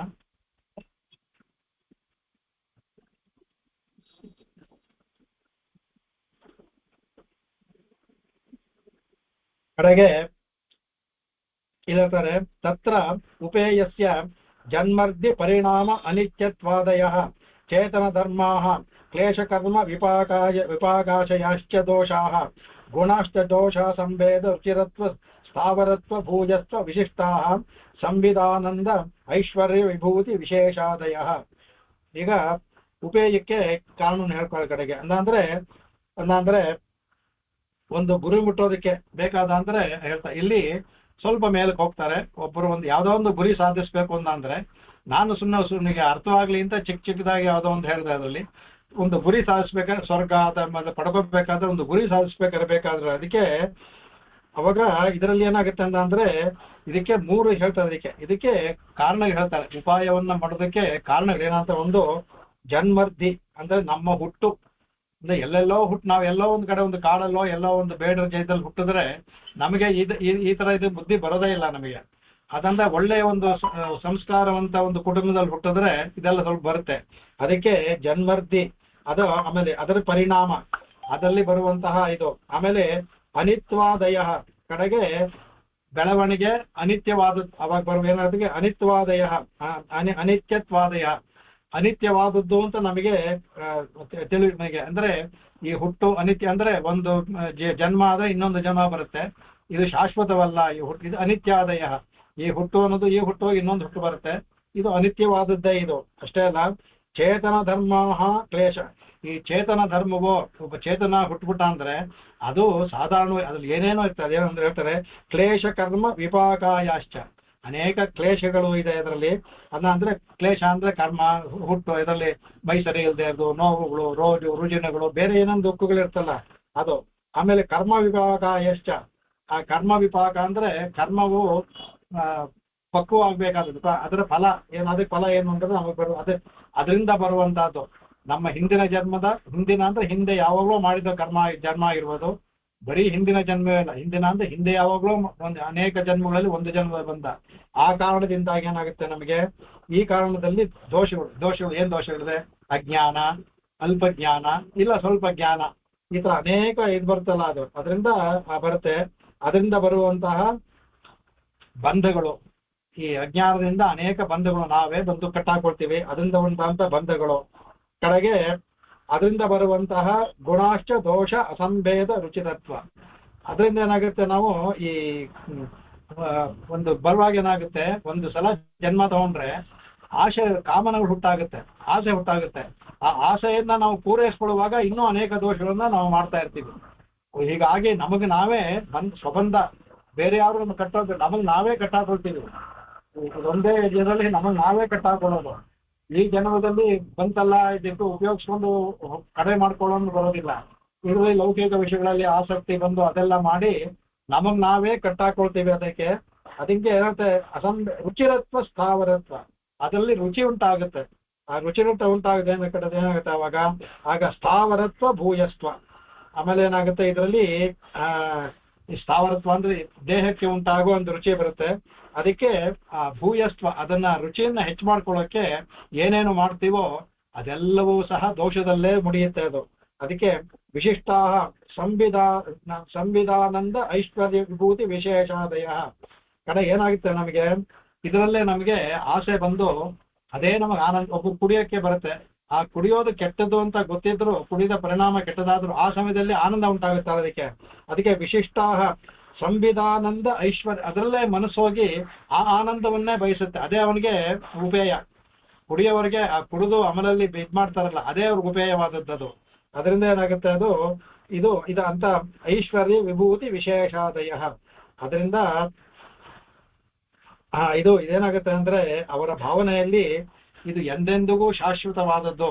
ಈ ಆನಂದ ಇದು ನಮ್ಗೆ ಎಂದೆಂದು ಅವ್ರ ಭಾವನೆ ಶಾಶ್ವತವಲ್ಲ, ಶಾಶ್ವತವಾದದ್ದು ಅಂದ್ಬಿಟ್ಟು ಅಂತ ಇದು ಬರುತ್ತೆ. ಇದು ಆದರೆ ನಮಗೆ ಇದರಲ್ಲಿ ವ್ಯತಿರಿಕ್ತವಾಗಿ ತಗೊಂಡ ಅಂದ್ರೆ ಅಲ್ಲೂ ಇದೆ ಶಾಶ್ವತವಾದಂತ ಆನಂದ, ಅತ್ಯಂತವಾಗಿರೋದು ಯಾವುದಕ್ಕೆ ಆಸೆ ಪಡೋದು ಅದು ಇದೆ ಅಂತ ಅದು ವ್ಯತಿರಿಕ್ತವಾಗಿ ತೋರಿಸ್ಕೊಡ್ತಾರೆ. ಅದಕ್ಕೆ ವಿಶಿಷ್ಟ ಅನ್ಬೇಕಾದ್ರೆ ಇದಕ್ಕೆ ಇವರು ನಾವು ತಿಳ್ಕೊಳ್ಳುವಂತ ಆನಂದ ಇದೆಯಲ್ಲ ಇದು ಎಲ್ಲ ನಶ್ವರ, ಆದ್ರೆ ಶಾಶ್ವತವಾದಂತ ವಿಶಿಷ್ಟವಾದಂತ ಐಶ್ವರ್ಯ ವಿಭೂತಿ ಆನಂದ ಇದೆ, ಅದು ಪರಮಧರ್ಮ ಪರಮೋಕ್ಷ. ಅದು ಮೊದಲು ಏನ್ ಹೇಳ್ಬಿಟ್ಟು ಉಪಾಯ ಬೇರೆಯಲ್ಲಿ ಮೋಕ್ಷವೇ ಹೇಳ್ಬೇಕಿಲ್ಲ ಅಂದ್ಬಿಟ್ಟು ಎಲ್ಲವನ್ನೂ ಹೇಳ್ಕೊಂಬಂದ್ರು. ಆಯಾ ಜನಗಳು ಎಲ್ಲೆಲ್ಲಿ ಮನಸ್ಸು ಹೋಗುತ್ತೋ ಅದೇ ಉಪಾಯ ಅದೇ ಉಪಾಯ ಅಂತ. ಕಡೆಗೆ ಬರುವಾಗ ನಾವು ಏನ್ ಆಸೆ ಪಡಬೇಕು ಅಂದ್ರೆ ಮೋಕ್ಷದಲ್ಲೇ ಆಸೆ ಪಡಬೇಕು. ಯಾಕೆಂದ್ರೆ ಅಲ್ಲಿ ಸಿಗುವಂತಹ ಆನಂದ ಇದೆಯಲ್ಲ ಐಶ್ವರ್ಯ ವಿಭೂತಿ ವಿಶೇಷತೆ ಇಲ್ಲ, ಅದು ಅತ್ಯಂತ ವಿಶೇಷವಾದದ್ದು, ಅಲ್ಲಿ ಅದು ಶಾಶ್ವತವಾದದ್ದು, ಇದು ಅಶಾಶ್ವತವಾದದ್ದು, ಇದು ದೋಷಪೂರ್ಣವಾದದ್ದು, ಅದು ದೋಷವಿಲ್ಲದ್ದು. ಎರಡನ್ನು ವ್ಯತ್ಯಾಸ ಮಾಡಿ ಹೇಳ್ತಾರೆ ಅದಕ್ಕೆ. ಆಮೇಲೆ ಈಗ ಉಪಾಯ ಕೇಳ್ಕೊಂಡ್ಬರ್ತಾರೆ. ವ್ಯಯ ಆಯಾಸ ಭೂಯಸ್ವ ವ್ಯಭಿಚಾರಿತ್ವ ಫಲ್ಗು ಫಲತ್ವಾದಯೋ ದೋಷಾಃ ಗುಣಾಶ್ಚ ನೇತ ನಿರಪಾಯ ಲಘುತರ ಬಹುಫಲ ಕತ್ವಾದಯ. ಅಂದ್ರೆ ಹೇಳ್ತಾರೆ ಅದಕ್ಕೆ ಉಪಾಯದಲ್ಲಿ ಮೇಲೆ ಈ ದಾರಿಗಳು ಹೇಳ್ಕೊಂಡ್ಬಂದ್ರಲ್ಲ, ಅದ ಅನೇಕ ದಾರಿಗಳಿದೆ ಅಂದ್ರೆ ಎಲ್ಲವನ್ನೂ ಸಹ ಈ ನಾವು ಮೇಲೆ ಮೊದಲು ಹೇಳಿದಂತ ಯಾರೋ ಮೋಕ್ಷವನ್ನು ಬಿಟ್ಟು ಬಾಕಿದ್ರಲ್ಲೇ ಅಪೇಕ್ಷೆ ಪಡುವಂತಹ ಉಪಾಯದಲ್ಲೇ ಮನಸ್ಸಿಟ್ಟಿರುವಂತಹ ಅವ್ರಿಗೆ ಅಭಿರುಚಿ ಬರುತ್ತಲ್ಲ ಅದರಲ್ಲಿ ಬರುತ್ತೆ. ಆ ದೋರಿ ಹೇಳ್ತಾರೆ ಅದಕ್ಕೆ. ಅಲ್ಲಿ ಏನಾಗುತ್ತೆ, ಹಣ ಸಂಪಾದಿಸಿಕೊಳ್ಳಿ ವ್ಯಯ, ಆ ಹಣ ಎಲ್ಲ ಖರ್ಚಾಗುತ್ತೆ. ಖರ್ಚಾದಾಗ ಆಯಾಸ, ಸಂಪಾದನೆ ಮಾಡುವಾಗ್ಲೂ ಆಯಾಸ, ಅದನ್ನ ಕಾಪಾಡೋದಕ್ಕೂ ಆಯಾಸ ಅಂತಂದ್ರೆ ಆಯಾಸ ಹೊಂದುವುದು. ಆಮೇಲೆ ಭೂಯಸ್ವ, ಆ ಭೂಯಸ್ವ ಅಂತಂದ್ರೆ ರುಚಿ ಹೋಗೋದಿಲ್ಲ. ಈಗ ಇಷ್ಟಿದ್ದ ಅಂತ ಖರ್ಚಾಗ್ಬಿಟ್ಟ ಅಂದ್ರೆ ಅಯ್ಯೋ ಇನ್ನೂ ಸಂಪಾದನೆ ಮಾಡಿ ಇನ್ನೂ ಬೇಕು ಅಂತ ಭೂಯಸ್ವ ಆಸೆ ಪಡ್ತೀವಿ ನಾವು. ಅದು ಇದು ಲೌಕಿಕ ವಿಷಯಕ್ಕೆ ಸಾಂಸಾರಿಕ ವಿಷಯಕ್ಕೆ ಹೇಳುವಂತದ್ದು. ಇದಿಷ್ಟು ಪರಮಾತ್ಮನಲ್ಲಿ ಬಂದ್ರೆ ಬಹಳ ವಿಶೇಷವಾದ ಬೇಕಾಗಿದ್ದೆ, ಆದರೆ ಪ್ರಾಪಂಚಿಕ ವ್ಯವಹಾರದಲ್ಲಿ ಇದು ಭೂಯಸ್ವ. ಆಮೇಲೆ ವ್ಯಭಿಚಾರಿತ್ವ ಅಂತಂದ್ರೆ ಇದು ಅದೇನಾಗ್ತದೆ ಅಂದ್ರೆ ಈ ವ್ಯಭಿಚಾರ ಅಂದ್ರೆ ಅನೇಕ ಕಡೆ ಅಂದ್ರೆ ಒಂದಲ್ದೆ ಅನೇಕ ಅಂತ. ನಾವಿಲ್ಲಿ ವ್ಯಭಿಚಾರಿ ಅಂತ ನಾವು ಲೋಕದಲ್ಲಿ ಒಬ್ಬ ಜಾರಿಗೆ ಹೇಳುತ್ತೆ, ಯಾಕೆಂದ್ರೆ ಅನೇಕ ಕಡೆ ಅವ್ರು ಹೋಗೋದ್ರಿಂದ ವ್ಯಭಿಚಾರಿ ಅಂತ ಹೇಳಿದ್ವಿ. ವ್ಯಭಿಚಾರಿತ್ವ ಅಂದ್ರೆ ಈಗ ಇಲ್ಲಿ ಇವ್ರ ಪರಾಶರ ಭಟ್ರ ಅಭಿಪ್ರಾಯ ಇಲ್ಲಿ ಬಂತು, ಯಾರೋ ಹೇಳ್ತಾರೆ ಇವಾಗ ಇದಿಲ್ಲಪ್ಪ ಅಲ್ಲಿ ಆ ದೇವ್ರಿಗೆ ಅಲ್ಲಿ ಹೋಗೋದು, ಅಲ್ಲಿಲ್ಲ ಹೋಗೋ ಅಲ್ಲೆಲ್ಲ ಪುಣ್ಯ ಮೇರಿ ಯಾವ್ದು ಮೇರಿ ಅಂತ ಹೇಳ್ತಾರೆ ನೋಡಿ, ಅಲ್ಲಿಗೂ ಹೋಗೋದು, ಏನೋ ನೋಡೋದು ಆತ. ಇದು ವ್ಯಭಿಚಾರಿತ್ವ ಅಂದ್ರೆ ಒಂದಲ್ಲದೆ ಎಲ್ಲಾ ಕಡೆ ಅಂದ್ರೆ ಆಸೆಯಿಂದ. ಯಾಕೆಂದ್ರೆ ಹೇಗಾರು ಹಣ ಪಡ್ಕೋಬೇಕು, ಯಾವ್ದಾದ್ರು ದಾರಿ ಯಾರು ಹೇಳಿದ್ರು ಅದಕ್ಕೆ ವ್ಯಭಿಚಾರಿತ್ವ. ಇದರಿಂದ ಏನಾಗುತ್ತೆ, ಅದಕ್ಕೆ ಫಲ್ಗು ಫಲತ್ವಾದಯೋ ದೋಷಾಹ ಕಡೆ. ಇದರಿಂದ ಏನಾಗುತ್ತೆ, ಫಲ್ಗು ಫಲತ್ವಾದ ಈ ದೋಷ ಏನಾಗುತ್ತೆ ಅಂದ್ರೆ ಇವ್ರು ಏನು ಆಸೆ ಪಡ್ತಾರೋ ಅದು ಆ ಫಲ ಪೂರ್ಣವಾಗಿ ಸಿಗೋದೇ ಇಲ್ಲ. ಯಾಕೆಂದ್ರೆ ಸಿಗೋಕ್ ಸಾಧ್ಯವೇ ಇಲ್ಲ. ಈ ಆಸೆ ಅನ್ನೋದು ಎಷ್ಟು ಸಂಪಾದಿಸೋದು ಇನ್ನು ಬೆಳೀತಾ ಇರುತ್ತೆ ಆಸೆ. ಹಾಗಾಗಿ ಅವನ ಆಸೆ ಯಾವತ್ತೂ ಪೂರ್ಣ. ಅದಕ್ಕೆ ಫಲ್ಗು ಫಲತ್ವಾದಯೋ ದೋಷಾಹ. ಅದರಿಂದ ಇದು ಈ ತುಂಬಾ ಪ್ರಯತ್ನ ಪಟ್ಟು ಅಲ್ಪವಾದ ಫಲವನ್ನು ಪಡೆಯುವಂತಹ ಇದು ಈ ಕೆಲಸ. ತುಂಬಾ ಪ್ರಯತ್ನ ಪಡಬೇಕು, ಸುಖವಾದ ಫಲವೋ ಅಲ್ಪವ. ಕಡೆಗೆ ಅಲ್ಪವಾದ ಫಲವನ್ನು ಅನುಭವಿಸೋಕ್ಕಾಗೋದಿಲ್ಲ. ಅದೆಲ್ಲ ಸಂಪಾದಿಸುವಷ್ಟೊತ್ತಿಗೆ ಅದರಲ್ಲಿರುವಂತಹ ಇದರಲ್ಲಿ ಇವನಿಗೆ ಅನೇಕ ಕಾಯಿಲೆಗಳೆಲ್ಲ ಬಂದು ಸೇರ್ಕೊಳ್ಳುತ್ತೆ. ಅವನಿಗೆ ಹಣ ಇದ್ರು ಆಹಾರ ಇದ್ರು ಸೇವನೆ ಮಾಡೋಕ್ಕಾಗೋದಿಲ್ಲ, ಅನುಭವಿಸೋದಕ್ಕೂ ಆಗೋದಿಲ್ಲ. ಆ ತರ ಒಂದು ಪರಿಸ್ಥಿತಿ ಬರುತ್ತೆ. ಅದಕ್ಕೆ ಈ ತರ ದೋಷಪೂರಿತವಾದ ಒಂದದು. ಅದಕ್ಕೆ ಕಡೆಗೆ ಅದರ ಮೇಲೆ ಗುಣಾಶ್ಚ ನಿಯತ ನಿರಪಾಯ, ಇನ್ನು ಅತ್ಯಂತ ಗುಣವಾದದ್ದು ಯಾವುದನ್ನು ಆಸೆ ಪಡಬೇಕು ಅಂದ್ರೆ ಯಾವುದು ನಿಯತ ನಿರಪಾಯ ಅಂದ್ರೆ ನಿಯತವಾದ ಫಲವನ್ನು, ಇದು ಅಲ್ಪ ಫಲವಲ್ಲ, ನಿಯತವಾದ ಫಲವನ್ನು ಯಾವುದು ಕೊಡುತ್ತೋ, ನಿರಪಾಯ ಯಾವುದು ಅಪಾಯವಲ್ವೋ. ಬೇರೆದ್ರೆಲ್ಲ ಡೇಂಜರ್ ಅಂತ ಹೇಳ್ತಾರೆ, ರಿಸ್ಕ್ ತಗೋತೀರ ಅಂತ ಹೇಳ್ತಾರೆ, ಅಪಾಯ ಇದೆ. ಇದರಲ್ಲಿ ನಿರಪಾಯ, ಯಾವ ಅಪಾಯವೂ ಇಲ್ಲ. ಅದರಲ್ಲಿ ಲಘು ತರ, ಬಹಳ ಸುಲಭ. ಅದೆಲ್ಲ ಬಹಳ ಕಷ್ಟಪಡ್ಬೇಕು. ಒಂದು ಧನ ಸಂಪಾದನೆ ಮಾಡ್ಬೇಕಾದ್ರೆ ನೀವು ಒಂದು ಇದನ್ನ ಸ್ವರ್ಗವನ್ನು ಸಂಪಾದನೆ ಮಾಡ್ಬೇಕಾದ್ರೆ ಯಾಗಗಳನ್ನ ಮಾಡಿ ಕಷ್ಟಪಟ್ಟು ದಕ್ಷಿಣೆ ಕೊಟ್ಟು ಅದೆಲ್ಲ ಗುರುತರ ಲಘುತರವಾದ. ಅಷ್ಟೇ ಅಲ್ಲ, ಬಹುಫಲಕಾದಯ, ಪ್ರಯಾಸ ಕಮ್ಮಿ, ಫಲ ಬಹುತರ ಅತ್ಯಂತ ದೊಡ್ಡವಾದದ್ದು. ಆ ತರ ಇದನ್ನ ಉಪಾಸತ್ ಅಂದ್ರೆ ಮೊದಲು ಉಪೇಯನ ಹೇಳ್ಬಿಟ್ಟು ಉಪೇಯನಲ್ಲಿ ಯಾವ್ದು ಪಡಿಬೇಕು ಅನ್ನುವಾಗ ಸಂವಿಧಾನದ ಐಶ್ವರ್ಯ ವಿಭೂತಿ ವಿಶೇಷಾದಯ ಅದನ್ನ ಆಸೆ ಪಡಬೇಕು. ಅದೇ ತರ ಉಪಾಯದಲ್ಲೂ ಗುಣಶ್ಚ ನಿಯತ ನಿರಪಾಯ ಲಘುತರ ಬಹುಫಲಕತ್ವಾದಾಯ. ಇದ್ರಲ್ಲಿ ಶರಣಾಗತಿ ಬಂದು ನಿಲ್ತಾರೆ ಇವರು. ಅತ್ಯಂತ ಲಘುತರವಾದಂತ ಉಪಾಯ, ಸಿಗುವ ಫಲವೋ ಅಪರಿಮಿತ ಫಲ. ಪ್ರಯತ್ನ ತುಂಬಾ ಕಡಿಮೆ, ಸಿಗುವ ಫಲ ಅತ್ಯಂತ ದೊಡ್ಡದು. ಲೌಕಿಕ ವಿಷಯದಲ್ಲಿ ಪ್ರಯತ್ನ ತುಂಬಾ ದೊಡ್ಡದು, ಸಿಗುವ ಫಲ ತುಂಬಾ ಕಮ್ಮಿ. ತುಂಬಾ ಕಾಂಟ್ರಾಸ್ಟ್ ಆಗಿ ಹೇಳ್ತಾರೆ. ಅದಕ್ಕೆ ಭಾಗ ಹೇಳ್ತಾರೆ, ಏವಂ ವಿಧ ದೋಷಹಾನ ಗುಣವತ್ವ ತಾರತಮ್ಯೇನ ಉಪಯಯೋ ತರತಮ ಭಾವ ಉಭಯತ್ರಾಪಿ ಸಂಭವತಿ. ಉತ್ಕೃಷ್ಟತಮೇ ಉತ್ಕೃಷ್ಟತರಯೋ ನಿಕೃಷ್ಟವತೆ ವರ್ಜನೀಯತ್ವಮೇವ. ಹೇಗೆ ಹೋಗಿ ಮುಗಿಸ್ತಾರೆ ಅಂದ್ರೆ ಅದ್ಭುತವಾಗಿ. ತತ್ರ ಅನಿಷ್ಟೇಭ್ಯ ಇಷ್ಟೇಭ್ಯೋಪಿ ನಿಕೃಷ್ಟೇಭ್ಯ ನಿಕೃಷ್ಟ್ಯ ಉತ್ಕೃಷ್ಟತಮಂ ಉಪಾದಾತುಂ ಉಪಾಯ ಉಪೇಯೌ ಸಹ ತಾರತಮ್ಯೇನ ಪ್ರಷ್ಟವ್ಯೌ. ತೌ ಚ ವಿವಕ್ಷಾವಶೇನ ಷೋಡಾ ವಿಭಜ್ಯ ಪೃಚ್ಛನ್ ಯುಧಿಷ್ಠಿರಃ ಉವಾಚ ಕಿಮೇಕಂ ಇತಿ ಶ್ಲೋಕದ್ವಯೇನ. ಅದ್ಭುತವಾಗಿ ಈ ಪ್ರಶ್ನೆಗೆ ಇಷ್ಟೊಂದು ಅದ್ಭುತವಾಗಿ ಪೀಠಿ ಇವರು ಅದಕ್ಕೆ ಮುಂದೆ ಹೇಳ್ತಾ ಇರೋದಕ್ಕೆ ಹೇಳ್ತಾ ಇದಕ್ಕೆ ಈಗ ನಮ್ಗೆ ಹೇಳಿದ್ರು ಯಾವುದನ್ನ ನಾವು ಆಸೆ ಪಡಬೇಕು ಅಂತ ಹೇಳ್ಬಿಟ್ರು. ಅದಂಗೆ ಏವಂ ವಿಧ. ಆಮೇಲೆ ದೋಷಹಾನ ಅಂದ್ರೆ ಇದರಿಂದ ಒಂದು ನಾವು ಒಂದು ತರ್ಕವನ್ನು ಮಾಡ್ಬೇಕು ಅಂತ ಹೇಳ್ಬಿಟ್ರಲ್ಲ, ಯಾವ ಒಂದು ಮಾಡ್ಬೇಕು ತರ್ಕವನ್ನು ಮಾಡ್ಬೇಕು ಅಂತ. ಎರಡನ್ನು ತರ್ಕ ಮಾಡಿ ಇದನ್ನ ತಗೋಬೇಕಾ ಇದನ್ನ ತಗೋಬೇಕಾ ಅನ್ಬೇಕು. ಅದ್ರಲ್ಲಿ ಬರುವ ಗುಣಗಳು ದೋಷಗಳು, ಇದರಲ್ಲಿ ಬರುವಂತಹ ಗುಣಗಳು ದೋಷ ಇದರಲ್ಲಿ ಎಲ್ಲವನ್ನೂ ಮಾಡ್ತಾರೆ. ಅದಕ್ಕೆ ಅದರಿಂದ ಈ ತಾರತಮ್ಯ ದೋಷಹಾನ ಗುಣವತ್ವ ತಾರತಮ್ಯೇನ. ಈಗ ತಾರತಮ್ಯ ಅವರೇ ತೋರಿಸ್ಬಿಟ್ರಲ್ಲ, ಲೌಕಿಕ ವಿಷಯಗಳಲ್ಲಿ ಏನು ಪ್ರಯತ್ನ ಏನೋ ಪಡೆಯುವ ಫಲವೇನು, ಆಮುಷ್ಕ ವಿಷಯದಲ್ಲಿ ಪಡೆಯುವ ಫಲವೇನು ಪ್ರಯತ್ನವೇನು, ಎಲ್ಲವನ್ನೂ ಇದರ ತಾರತಮ್ಯ ಅದರಲ್ಲಿ ವ್ಯತ್ಯಾಸ ಗೊತ್ತಾಗುತ್ತಲ್ಲ. ಆ ತಾರತಮ್ಯದಿಂದ ಆಗ ಉಪೇಯೋ ತರತಮ ಭಾವ. ಆಗ ಉಪಾಯ ಉಪೇಯ ಅದು ತರತಮ ಭಾವ. ನಾವು ಪಡುವಂತಹ ಉಪಾಯ ತುಂಬಾ ಚಿಕ್ಕದು, ಆದ್ರೆ ಪಡೆಯುವಂತಹ ಇದು ಫಲ ತುಂಬಾ ದೊಡ್ಡದು. ಅದಕ್ಕೆ ತರತಮ ಭಾವ ಉಭಯತ್ರಾಪಿ ಸಂಭವತಿ. ಹಾಗಾಗಿ ಎರಡರಲ್ಲೂ ಸಹ ಏನಾಗುತ್ತೆ, ಈ ತರತಮ ಭಾವಗಳು ಎರಡರಲ್ಲೂ ಉಂಟಾಗುತ್ತೆ. ಅದರಲ್ಲಿ ಯಾವುದು ತರ ಯಾವುದು ತಮ ಅಂದ್ಬಿಟ್ಟು ಎರಡು ಉಂಟಾಗುತ್ತೆ. ಅವಾಗ ಏನಂತೆ ಉತ್ಕೃಷ್ಟತಮೇ ಉತ್ಕೃಷ್ಟತರಯೋ ನಿಕೃಷ್ಟವತ್ ವರ್ಜನೀಯತ್ವಮೇವ. ಆಗ ಏನ್ ಮಾಡ್ತವೆ, ಒಂದು ಉತ್ಕೃಷ್ಟವಾದ ಒಂದು ತಗೊಂಡು ಉತ್ಕೃಷ್ಟ ತಮೆ, ಯಾವುದು ಉತ್ಕೃಷ್ಟ ಅಂತ ಮಾಡಿ ಅದರಲ್ಲಿ ಉತ್ಕೃಷ್ಟ ತಮವಾದದ್ದು. ಉಪಾಯದಲ್ಲೇ ಮೂರು ಹೇಳ್ತಾರೆ, ತರ ಉಪಾಯ ತರ ತಮ ಅಂತ. ಆ ತರ ಉಪಾಯ ತಮ, ಆ ಉತ್ಕೃಷ್ಟ ತಮೆ, ಉತ್ಕೃಷ್ಟದಲ್ಲಿ ತಮತರವಾದ ತಗೊಂಡು ಅದರಲ್ಲಿ ಉತ್ಕೃಷ್ಟಯೋಹೋ ಅಂದ್ರೆ ಉತ್ಕೃಷ್ಟಯೋಹೋ ಉತ್ಕೃಷ್ಟ ತಮೆ, ಅದರಲ್ಲಿ ಉತ್ಕೃಷ್ಟತರ ಉತ್ಕೃಷ್ಟತಮ, ಅವ ಉತ್ಕೃಷ್ಟತಮವಾದನ್ನ ತಗೊಂಡು ಅದು ನಿಕೃಷ್ಟವತೆ ವರ್ಜನೀಯತ್ವವೇನ. ಅಂದ್ರೆ ಯಾವುದನ್ನ ನಾವು ಬಿಡಬೇಕೋ ತ್ಯಜಿಸ್ಬೇಕೋ, ನಿಕೃಷ್ಟ ಅದು ಉತ್ಕೃಷ್ಟವಾದದ್ದು ಪಡೆಯೋ ಉಪೇಯ, ನಿಕೃಷ್ಟವಾದದ್ದು ಬಿಡಬೇಕಾದದ್ದು. ಅದರಿಂದ ನಿಕೃಷ್ಟವತೆ ವರ್ಜನೀಯತ್ವಮೇವ, ಅದನ್ನ ಬಿಡಬೇಕಾದದ್ದು. ಒಂದು ಫಲವನ್ನು ಮಾಡ್ಬೇಕು, ಭಗವಂತನ್ ಮಾಡ್ಬೇಕಾದ್ರೆ ಅನೇಕ ನಾವು ಬಿಡಬೇಕು. ಅದರಲ್ಲಿ ಬೇಕಾಗಿದ್ದು ಪ್ರಾಪಂಚಿಕ ವ್ಯಾಮೋಹ, ಪ್ರಪಂಚದಲ್ಲಿ ಇರೋ ದೇಹವೇ ಆತ್ಮ, ಈ ತರ ಅನೇಕ ಇದೆ, ಅದನ್ನೆಲ್ಲ ಬಿಡಬೇಕಾಗಿದೆ. ವರ್ಜನೀಯತ್ವಮೇವ, ಎಲ್ಲವನ್ನೂ ಬಿಡಿಸಿ ಅವಾಗ ಅದಕ್ಕೆ ತತ್ರ ಅವಾಗ ಅನಿಷ್ಟೇಭ್ಯ ಇಷ್ಟೇಭ್ಯೋಪಿ. ಅವಾಗ ಯಾವುದು ಅನಿಷ್ಟ ಯಾವುದು ಇಷ್ಟ, ಆಗ ನಮಗೆ ಮನಸ್ಸಲ್ಲಿ ಒಂದು ನೀತಿ ಕರೆಕ್ಟ್ ಆಗೋ, ಇದು ಅನಿಷ್ಟ ಇದು ಇಷ್ಟ ಅನ್ಬಿಟ್ಟು ಅಂತ. ಅದ್ರಲ್ಲಿ ಅದ್ಭುತವಾಗಿ ಕಠೋಪನಿಷತ್ತಲ್ಲಿ ಅವನ ಯಮ ನಚಿಕೇತನ್ಗೆ ಹೇಳ್ತಾನೆ. ಅದಕ್ಕೆ ಶ್ರೇಯಶ್ಚ ಪ್ರೇಯಶ್ಚ ಮನುಷ್ಯ ವೇತ ತೌ ಸಂಪರೀತ್ಯ ವಿವನಕ್ತಿ ಧೀರ ಅನ್ಬಿಟ್ಟು ಅಂತ. ಅಂದ್ರೆ ಒಬ್ಬ ಮನುಷ್ಯನ ಹತ್ರ ಎರಡು ಶ್ರೇಯಶ್ಚ ಪ್ರೇಯಶ್ಚ ಎರಡೂ ಬರುತ್ತಂತೆ.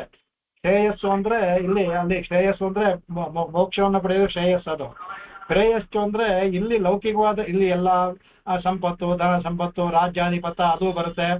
ಒಳ್ಳೆ ಉತ್ತಮವಾದಂತ ಇದು ಹೆಂಡತಿ ಮಕ್ಕಳು ಇದು ಬಂದಿರುತ್ತೆ ಎರಡು. ಶ್ರೇಯಶ್ಚ ಪ್ರೇಯ ಮನುಷ್ಯ, ಆ ಮನುಷ್ಯನೇದು ಎರಡೂ ಬರುತ್ತಂತೆ ಆಸೆ ತೋರ್ಸಕ್ಕೆ. ನೋಡಪ್ಪ ಇದು ಮೋಕ್ಷ ಅಂತ ಹೋಗೋದಿಲ್ಲ. ಈ ಪ್ರೇಯಶ್ಚ ಅನ್ನುವಾಗ ಎಲ್ಲವನ್ನೂ ತೋರಿಸಂತೆ, ದುಡ್ಡು ಹಣ ಸಂಪತ್ತು ಎಲ್ಲ ಮಕ್ಕಳು ಹೆಂಡತಿ ಎಲ್ಲವೂ ಎಲ್ಲವನ್ನೂ ಇರ್ತಂತೆ. ಆಗ ತೌ ಸಂಪರೀತ್ಯ ವಿವೇನಕ್ತಿ ಧೀರ, ಆಗ ಧೀರನಾದವನು ಎರಡನ್ನು ವಿವೇಚ ಮಾಡ್ಬಿಟ್ಟು ಶ್ರೇಯಸ್ಸನ್ನ ಅದ ಹೇಳ್ತಾನೆ. ಅವನು ಯಾಕಂದ್ರೆ ನಚಿಕೇತನೇ ಬಿಟ್ಟಿರ್ತಾನೆ, ನಿಂಗೆ ಇಂದ್ರಾಧಿಪತ್ಯ ಕೊಡ್ತೀನಿ, ನಿನ್ಗೆ ಎಲ್ಲವನ್ನು ಕೊಡ್ತೀನಿ, ಅದೆಲ್ಲ ಬೇಡ ನನಗೆ ಅಶಾಶ್ವತ ಅನ್ಬಿಟ್ಟು ಅದು ಹೇಳ್ತಾನೆ. ಅದರಿಂದ ಬುದ್ಧಿವಂತರಾದವರು ನೋಡಕ್ಕೆ ಇದು ಕಣ್ಣಿಗೆ ಅಟ್ರಾಕ್ಷನ್ ತಕ್ಷಣ ಒಳ್ಳೆ ಬೆಂಚ್ ಕಾರ್ ಬಂದು ಎದುರು ನಿಂತ್ಕೊಳ್ಳುತ್ತೆ, ಸುಂದರವಾದ ಒಂದು ಸ್ತ್ರೀ ಹೆಂಡತಿ ಬಂದು ನಿಂತ್ಕೊಳ್ತಾಳೆ, ಅದ್ ಮುಂದಕ್ಕೆ ಆಗುವಂತ ಮಕ್ಕಳನ್ನು ತೋರಿಸ್ಕೊಡ್ತಾನೆ, ಅನೇಕ ದರ ಸಂಪತ್ತು ಒಂದು ರಾಜ್ಯಾಧಿಪತ್ಯ ಬಂದು ನಿಂತ್ಕೊಳ್ಳುತ್ತೆ. ಇಲ್ಲಿ ಮೋಕ್ಷ ಏನೋ ಒಂದು ದಾರಿಯಿಂದ ನಿಂತ್ಕೊಂಡ್ರೆ ಮನಸ್ಸು ಇಲ್ಲಿಗೆ ಹೋಗುತ್ತೆ. ಆದ್ರೆ ಬುದ್ಧಿವಂತನಾದವನು ಇಷ್ಟೆಲ್ಲ ಇದ್ರನ್ನ ಬಿಟ್ಟು ಅದನ್ನ ಆರಿಸ್ತಾ ಇರ್ತಾನೆ. ಅದೇ ಹತ್ರ ಹೇಳ್ತಾರೆ ಇವರು, ಇಷ್ಟ ಅವಾಗ ಅನಿಷ್ಟೇಭ್ಯ ಇಷ್ಟಭ್ಯ, ಅವಾಗ ಇದು ಅನಿಷ್ಟವಾಗಬೇಕು, ಪ್ರಾಪಂಚಿಕವಾದ ಸುಖ ಅನಿಷ್ಟವಾಗಬೇಕು ಅದು. ಅದರಿಂದ ಇಷ್ಟೇಭ್ಯೋ, ಇಷ್ಟ ಯಾವುದು ಅಂದ್ರೆ ಭಗವಂತನನ್ನು ಪಡೆಯೋದೇ ಇಷ್ಟವಾಗಬೇಕು. ಅದರಿಂದ ನಿಕೃಷ್ಟೇಭ್ಯ ನಿಕೃಷ್ಟ, ನಿಕೃಷ್ಟದಲ್ಲೂ ನಿಕೃಷ್ಟೇಭ್ಯ ನಿಕೃಷ್ಟ ಉತ್ಕೃಷ್ಟತಮಂ. ಅದರಿಂದ ಆವಾಗ್ಲೂ ಸಹ ಅದನ್ನ ಹೇಳ್ತಾರೆ, ಅದಕ್ಕೆ ಯಾವುದು ನಿಕೃಷ್ಟ, ಯಾವುದನ್ನ ಬಿಡಬೇಕು ಅಂತ ಅದು ಬಿಟ್ಬಿಟ್ಟು ಉತ್ಕೃಷ್ಟತಮಂ, ಯಾವುದು ಉತ್ಕೃಷ್ಟವಾದದ್ದು ಅದನ್ನ ಉಪದಾತು, ಅದನ್ನ ಪಡ್ಕೊಳ್ಳೋದಕ್ಕೋಸ್ಕರ ಏನ್ ಮಾಡ್ತಾರೆ, ಬಯಸಿ ಉಪಾಯ ಉಪೇಯವು ಸಹ ತಾರತಮ್ಯೇನ ಪ್ರಷ್ಟವ್ಯವು. ಹಾಗಾಗಿ ಇವನು ಈಗ ಉಪಾಯ ಉಪೇಯ ಎರಡು ನಾವು ಹಿಂದೆ ಹೇಳಿದಂತ ಅದೆರಡನ್ನು ಯುಧಿಷ್ಠಿರ ಇವಾಗ ಒಂದು ತುಲನೆ ಮಾಡ್ಬಿಟ್ಟ ತಾರತಮ್ಯೇನ. ಈಗ ಅವನಿಗೆ ಅನಿಸುತ್ತು, ಈಗ ಇದರಲ್ಲಿ ಮೋಕ್ಷ ಧರ್ಮವನ್ನೆಲ್ಲ ಹೇಳಿದ್ರು, ಆದರೆ ಏನು ಉಪಾಯವನ್ನು ಏನ್ ಅದರಿಂದ ಅವನಿಗೆ ಉತ್ಕೃಷ್ಟ ತಮ ಯಾವ್ದೊಂದು ಗೊತ್ತಾಯ್ತು, ಉಪಾಯ ತಮ ಅಂತ ಯಾವ್ದು ಗೊತ್ತಾಯ್ತು. ಅದನ್ನ ಅಂದ್ರೆ ಉಪಾಯ ತಮ ತಿಳ್ಕೋಬೇಕು ಪಡೆಯುವಂತ ಇದನ್ನ. ಅದರಿಂದ ತಾರತಮ್ಯೇನ ಪ್ರಷ್ಟವ್ಯವು, ಆ ವಿಷಯವನ್ನ ಸರಿಯಾಗಿ ತಿಳ್ಕೊಳ್ಳೋದಿಕ್ಕೆ ನಿಮ್ಮ ಅಭಿಪ್ರಾಯ ಪ್ರಕಾರ. ಅದರಿಂದ ಇವನು ತೌಚ ವಿವಕ್ಷಾವಶೇನ ಷೋಡಾ ವಿಭಜ್ಯ ಪೃಚ್ಛನ್ ಯುಧಿಷ್ಠಿರ ಉವಾಚ ಕಿಮೇಕಂ ಇತಿ. ಇದನ್ನ ಷೋಡಾ ವಿಭಜ್ಯ 6 ಪ್ರಶ್ನೆಗಳ ಮೂಲಕ 6 ವಿಭಾಗ, ಷೋಡಾ ವಿಭಜ್ಯ 6 ವಿಭಾಗ ಮುಂದೆ 6 ಪ್ರಶ್ನೆ ಕೇಳ್ತಾನೆ. ಯಾವಾಗ ಯುಧಿಷ್ಠಿರ ಕೇಳ್ತಾನೆ ಕಿಮೇಕಂ ಇತಿ, ಕಿಮೇಕಂ ದೈವತಂ ಲೋಕೆ ಮುಂದೆ ಬರುತ್ತಲ್ಲ. ಇದರಿಂದ ಈ ಆರನ್ನ ವಿಭಾಗ ಮಾಡಿಕೊಂಡು 6 ಪ್ರಶ್ನೆಗಳನ್ನ ಇವನು ಯುಧಿಷ್ಠಿರ ಕೇಳ್ತಾನೆ ಅಂದ್ಬಿಟ್ಟು ಬರುತ್ತೆ. ಇದಕ್ಕೆ ಕಿಮೇಕಂ ದೇವತ ಹೋಗೋದಕ್ಕೆ ಮುಂಚೆ ಬೇರೆಯವರು ಯಾವ ತರ ಹೇಳಿದಾರೆ ನೋಡ್ಕೊಂಡು.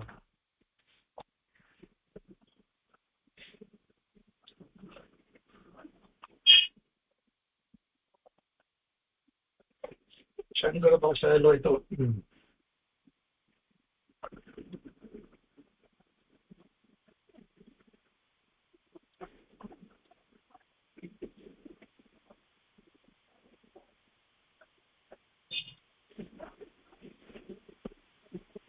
ನೋಡಿ, ಒಂದೇ ಒಂದು ಪ್ರಶ್ನೆಗೆ ಎಷ್ಟು ವ್ಯಾಖ್ಯಾನ ಮಾಡಿದ್ದಾರೆ ಅದ್ಭುತವಾಗಿ.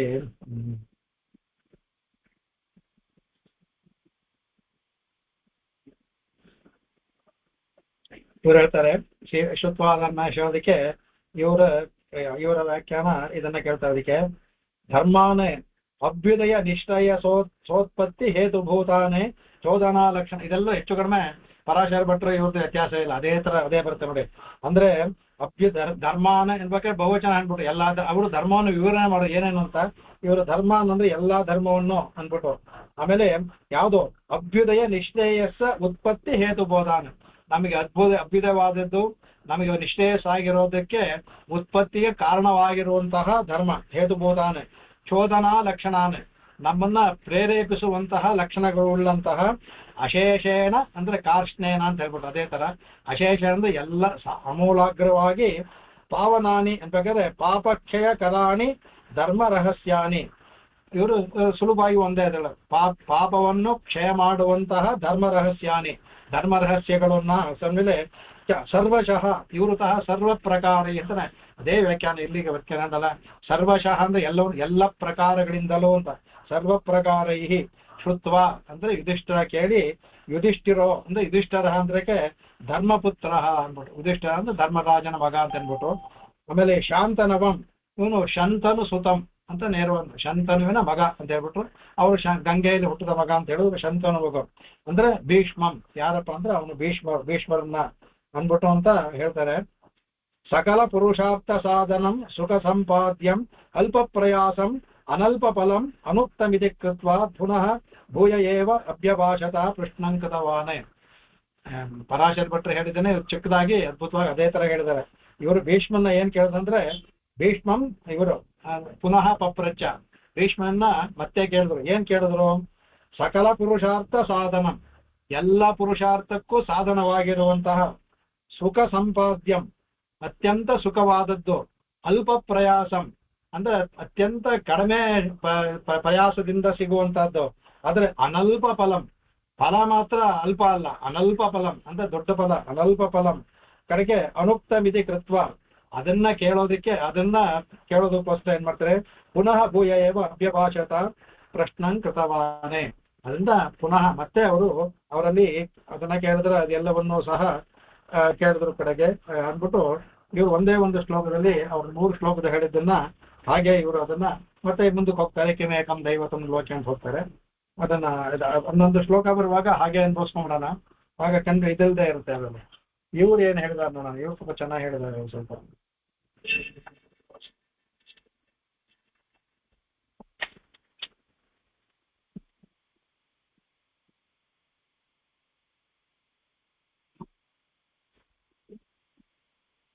ಇವ್ರು ಹೇಳ್ತಾರೆ ತತ್ವಾದನಕ್ಕೆ ಧರ್ಮಾನ ಅಂದ್ರೆ ಪ್ರಥಮ ಪರ್ವಾದಿಶು ಅಂದ್ರೆ ಹಿಂದಿರುವಂತಹ ಅನುಶಾಸನಿಕ ಪ್ರಮಾಣದಲ್ಲಿ ಅಂದ್ರೆ ಪ್ರಥಮ ಅಂದ್ರೆ ಇದಕ್ಕೆ ಹಿಂದಿರೋದು ಅಂತ, ಇದಕ್ಕೆ ಹಿಂದಿನ ಅನೇಕ ಇದರಲ್ಲೂ ಬಂದಿರುತ್ತೆ.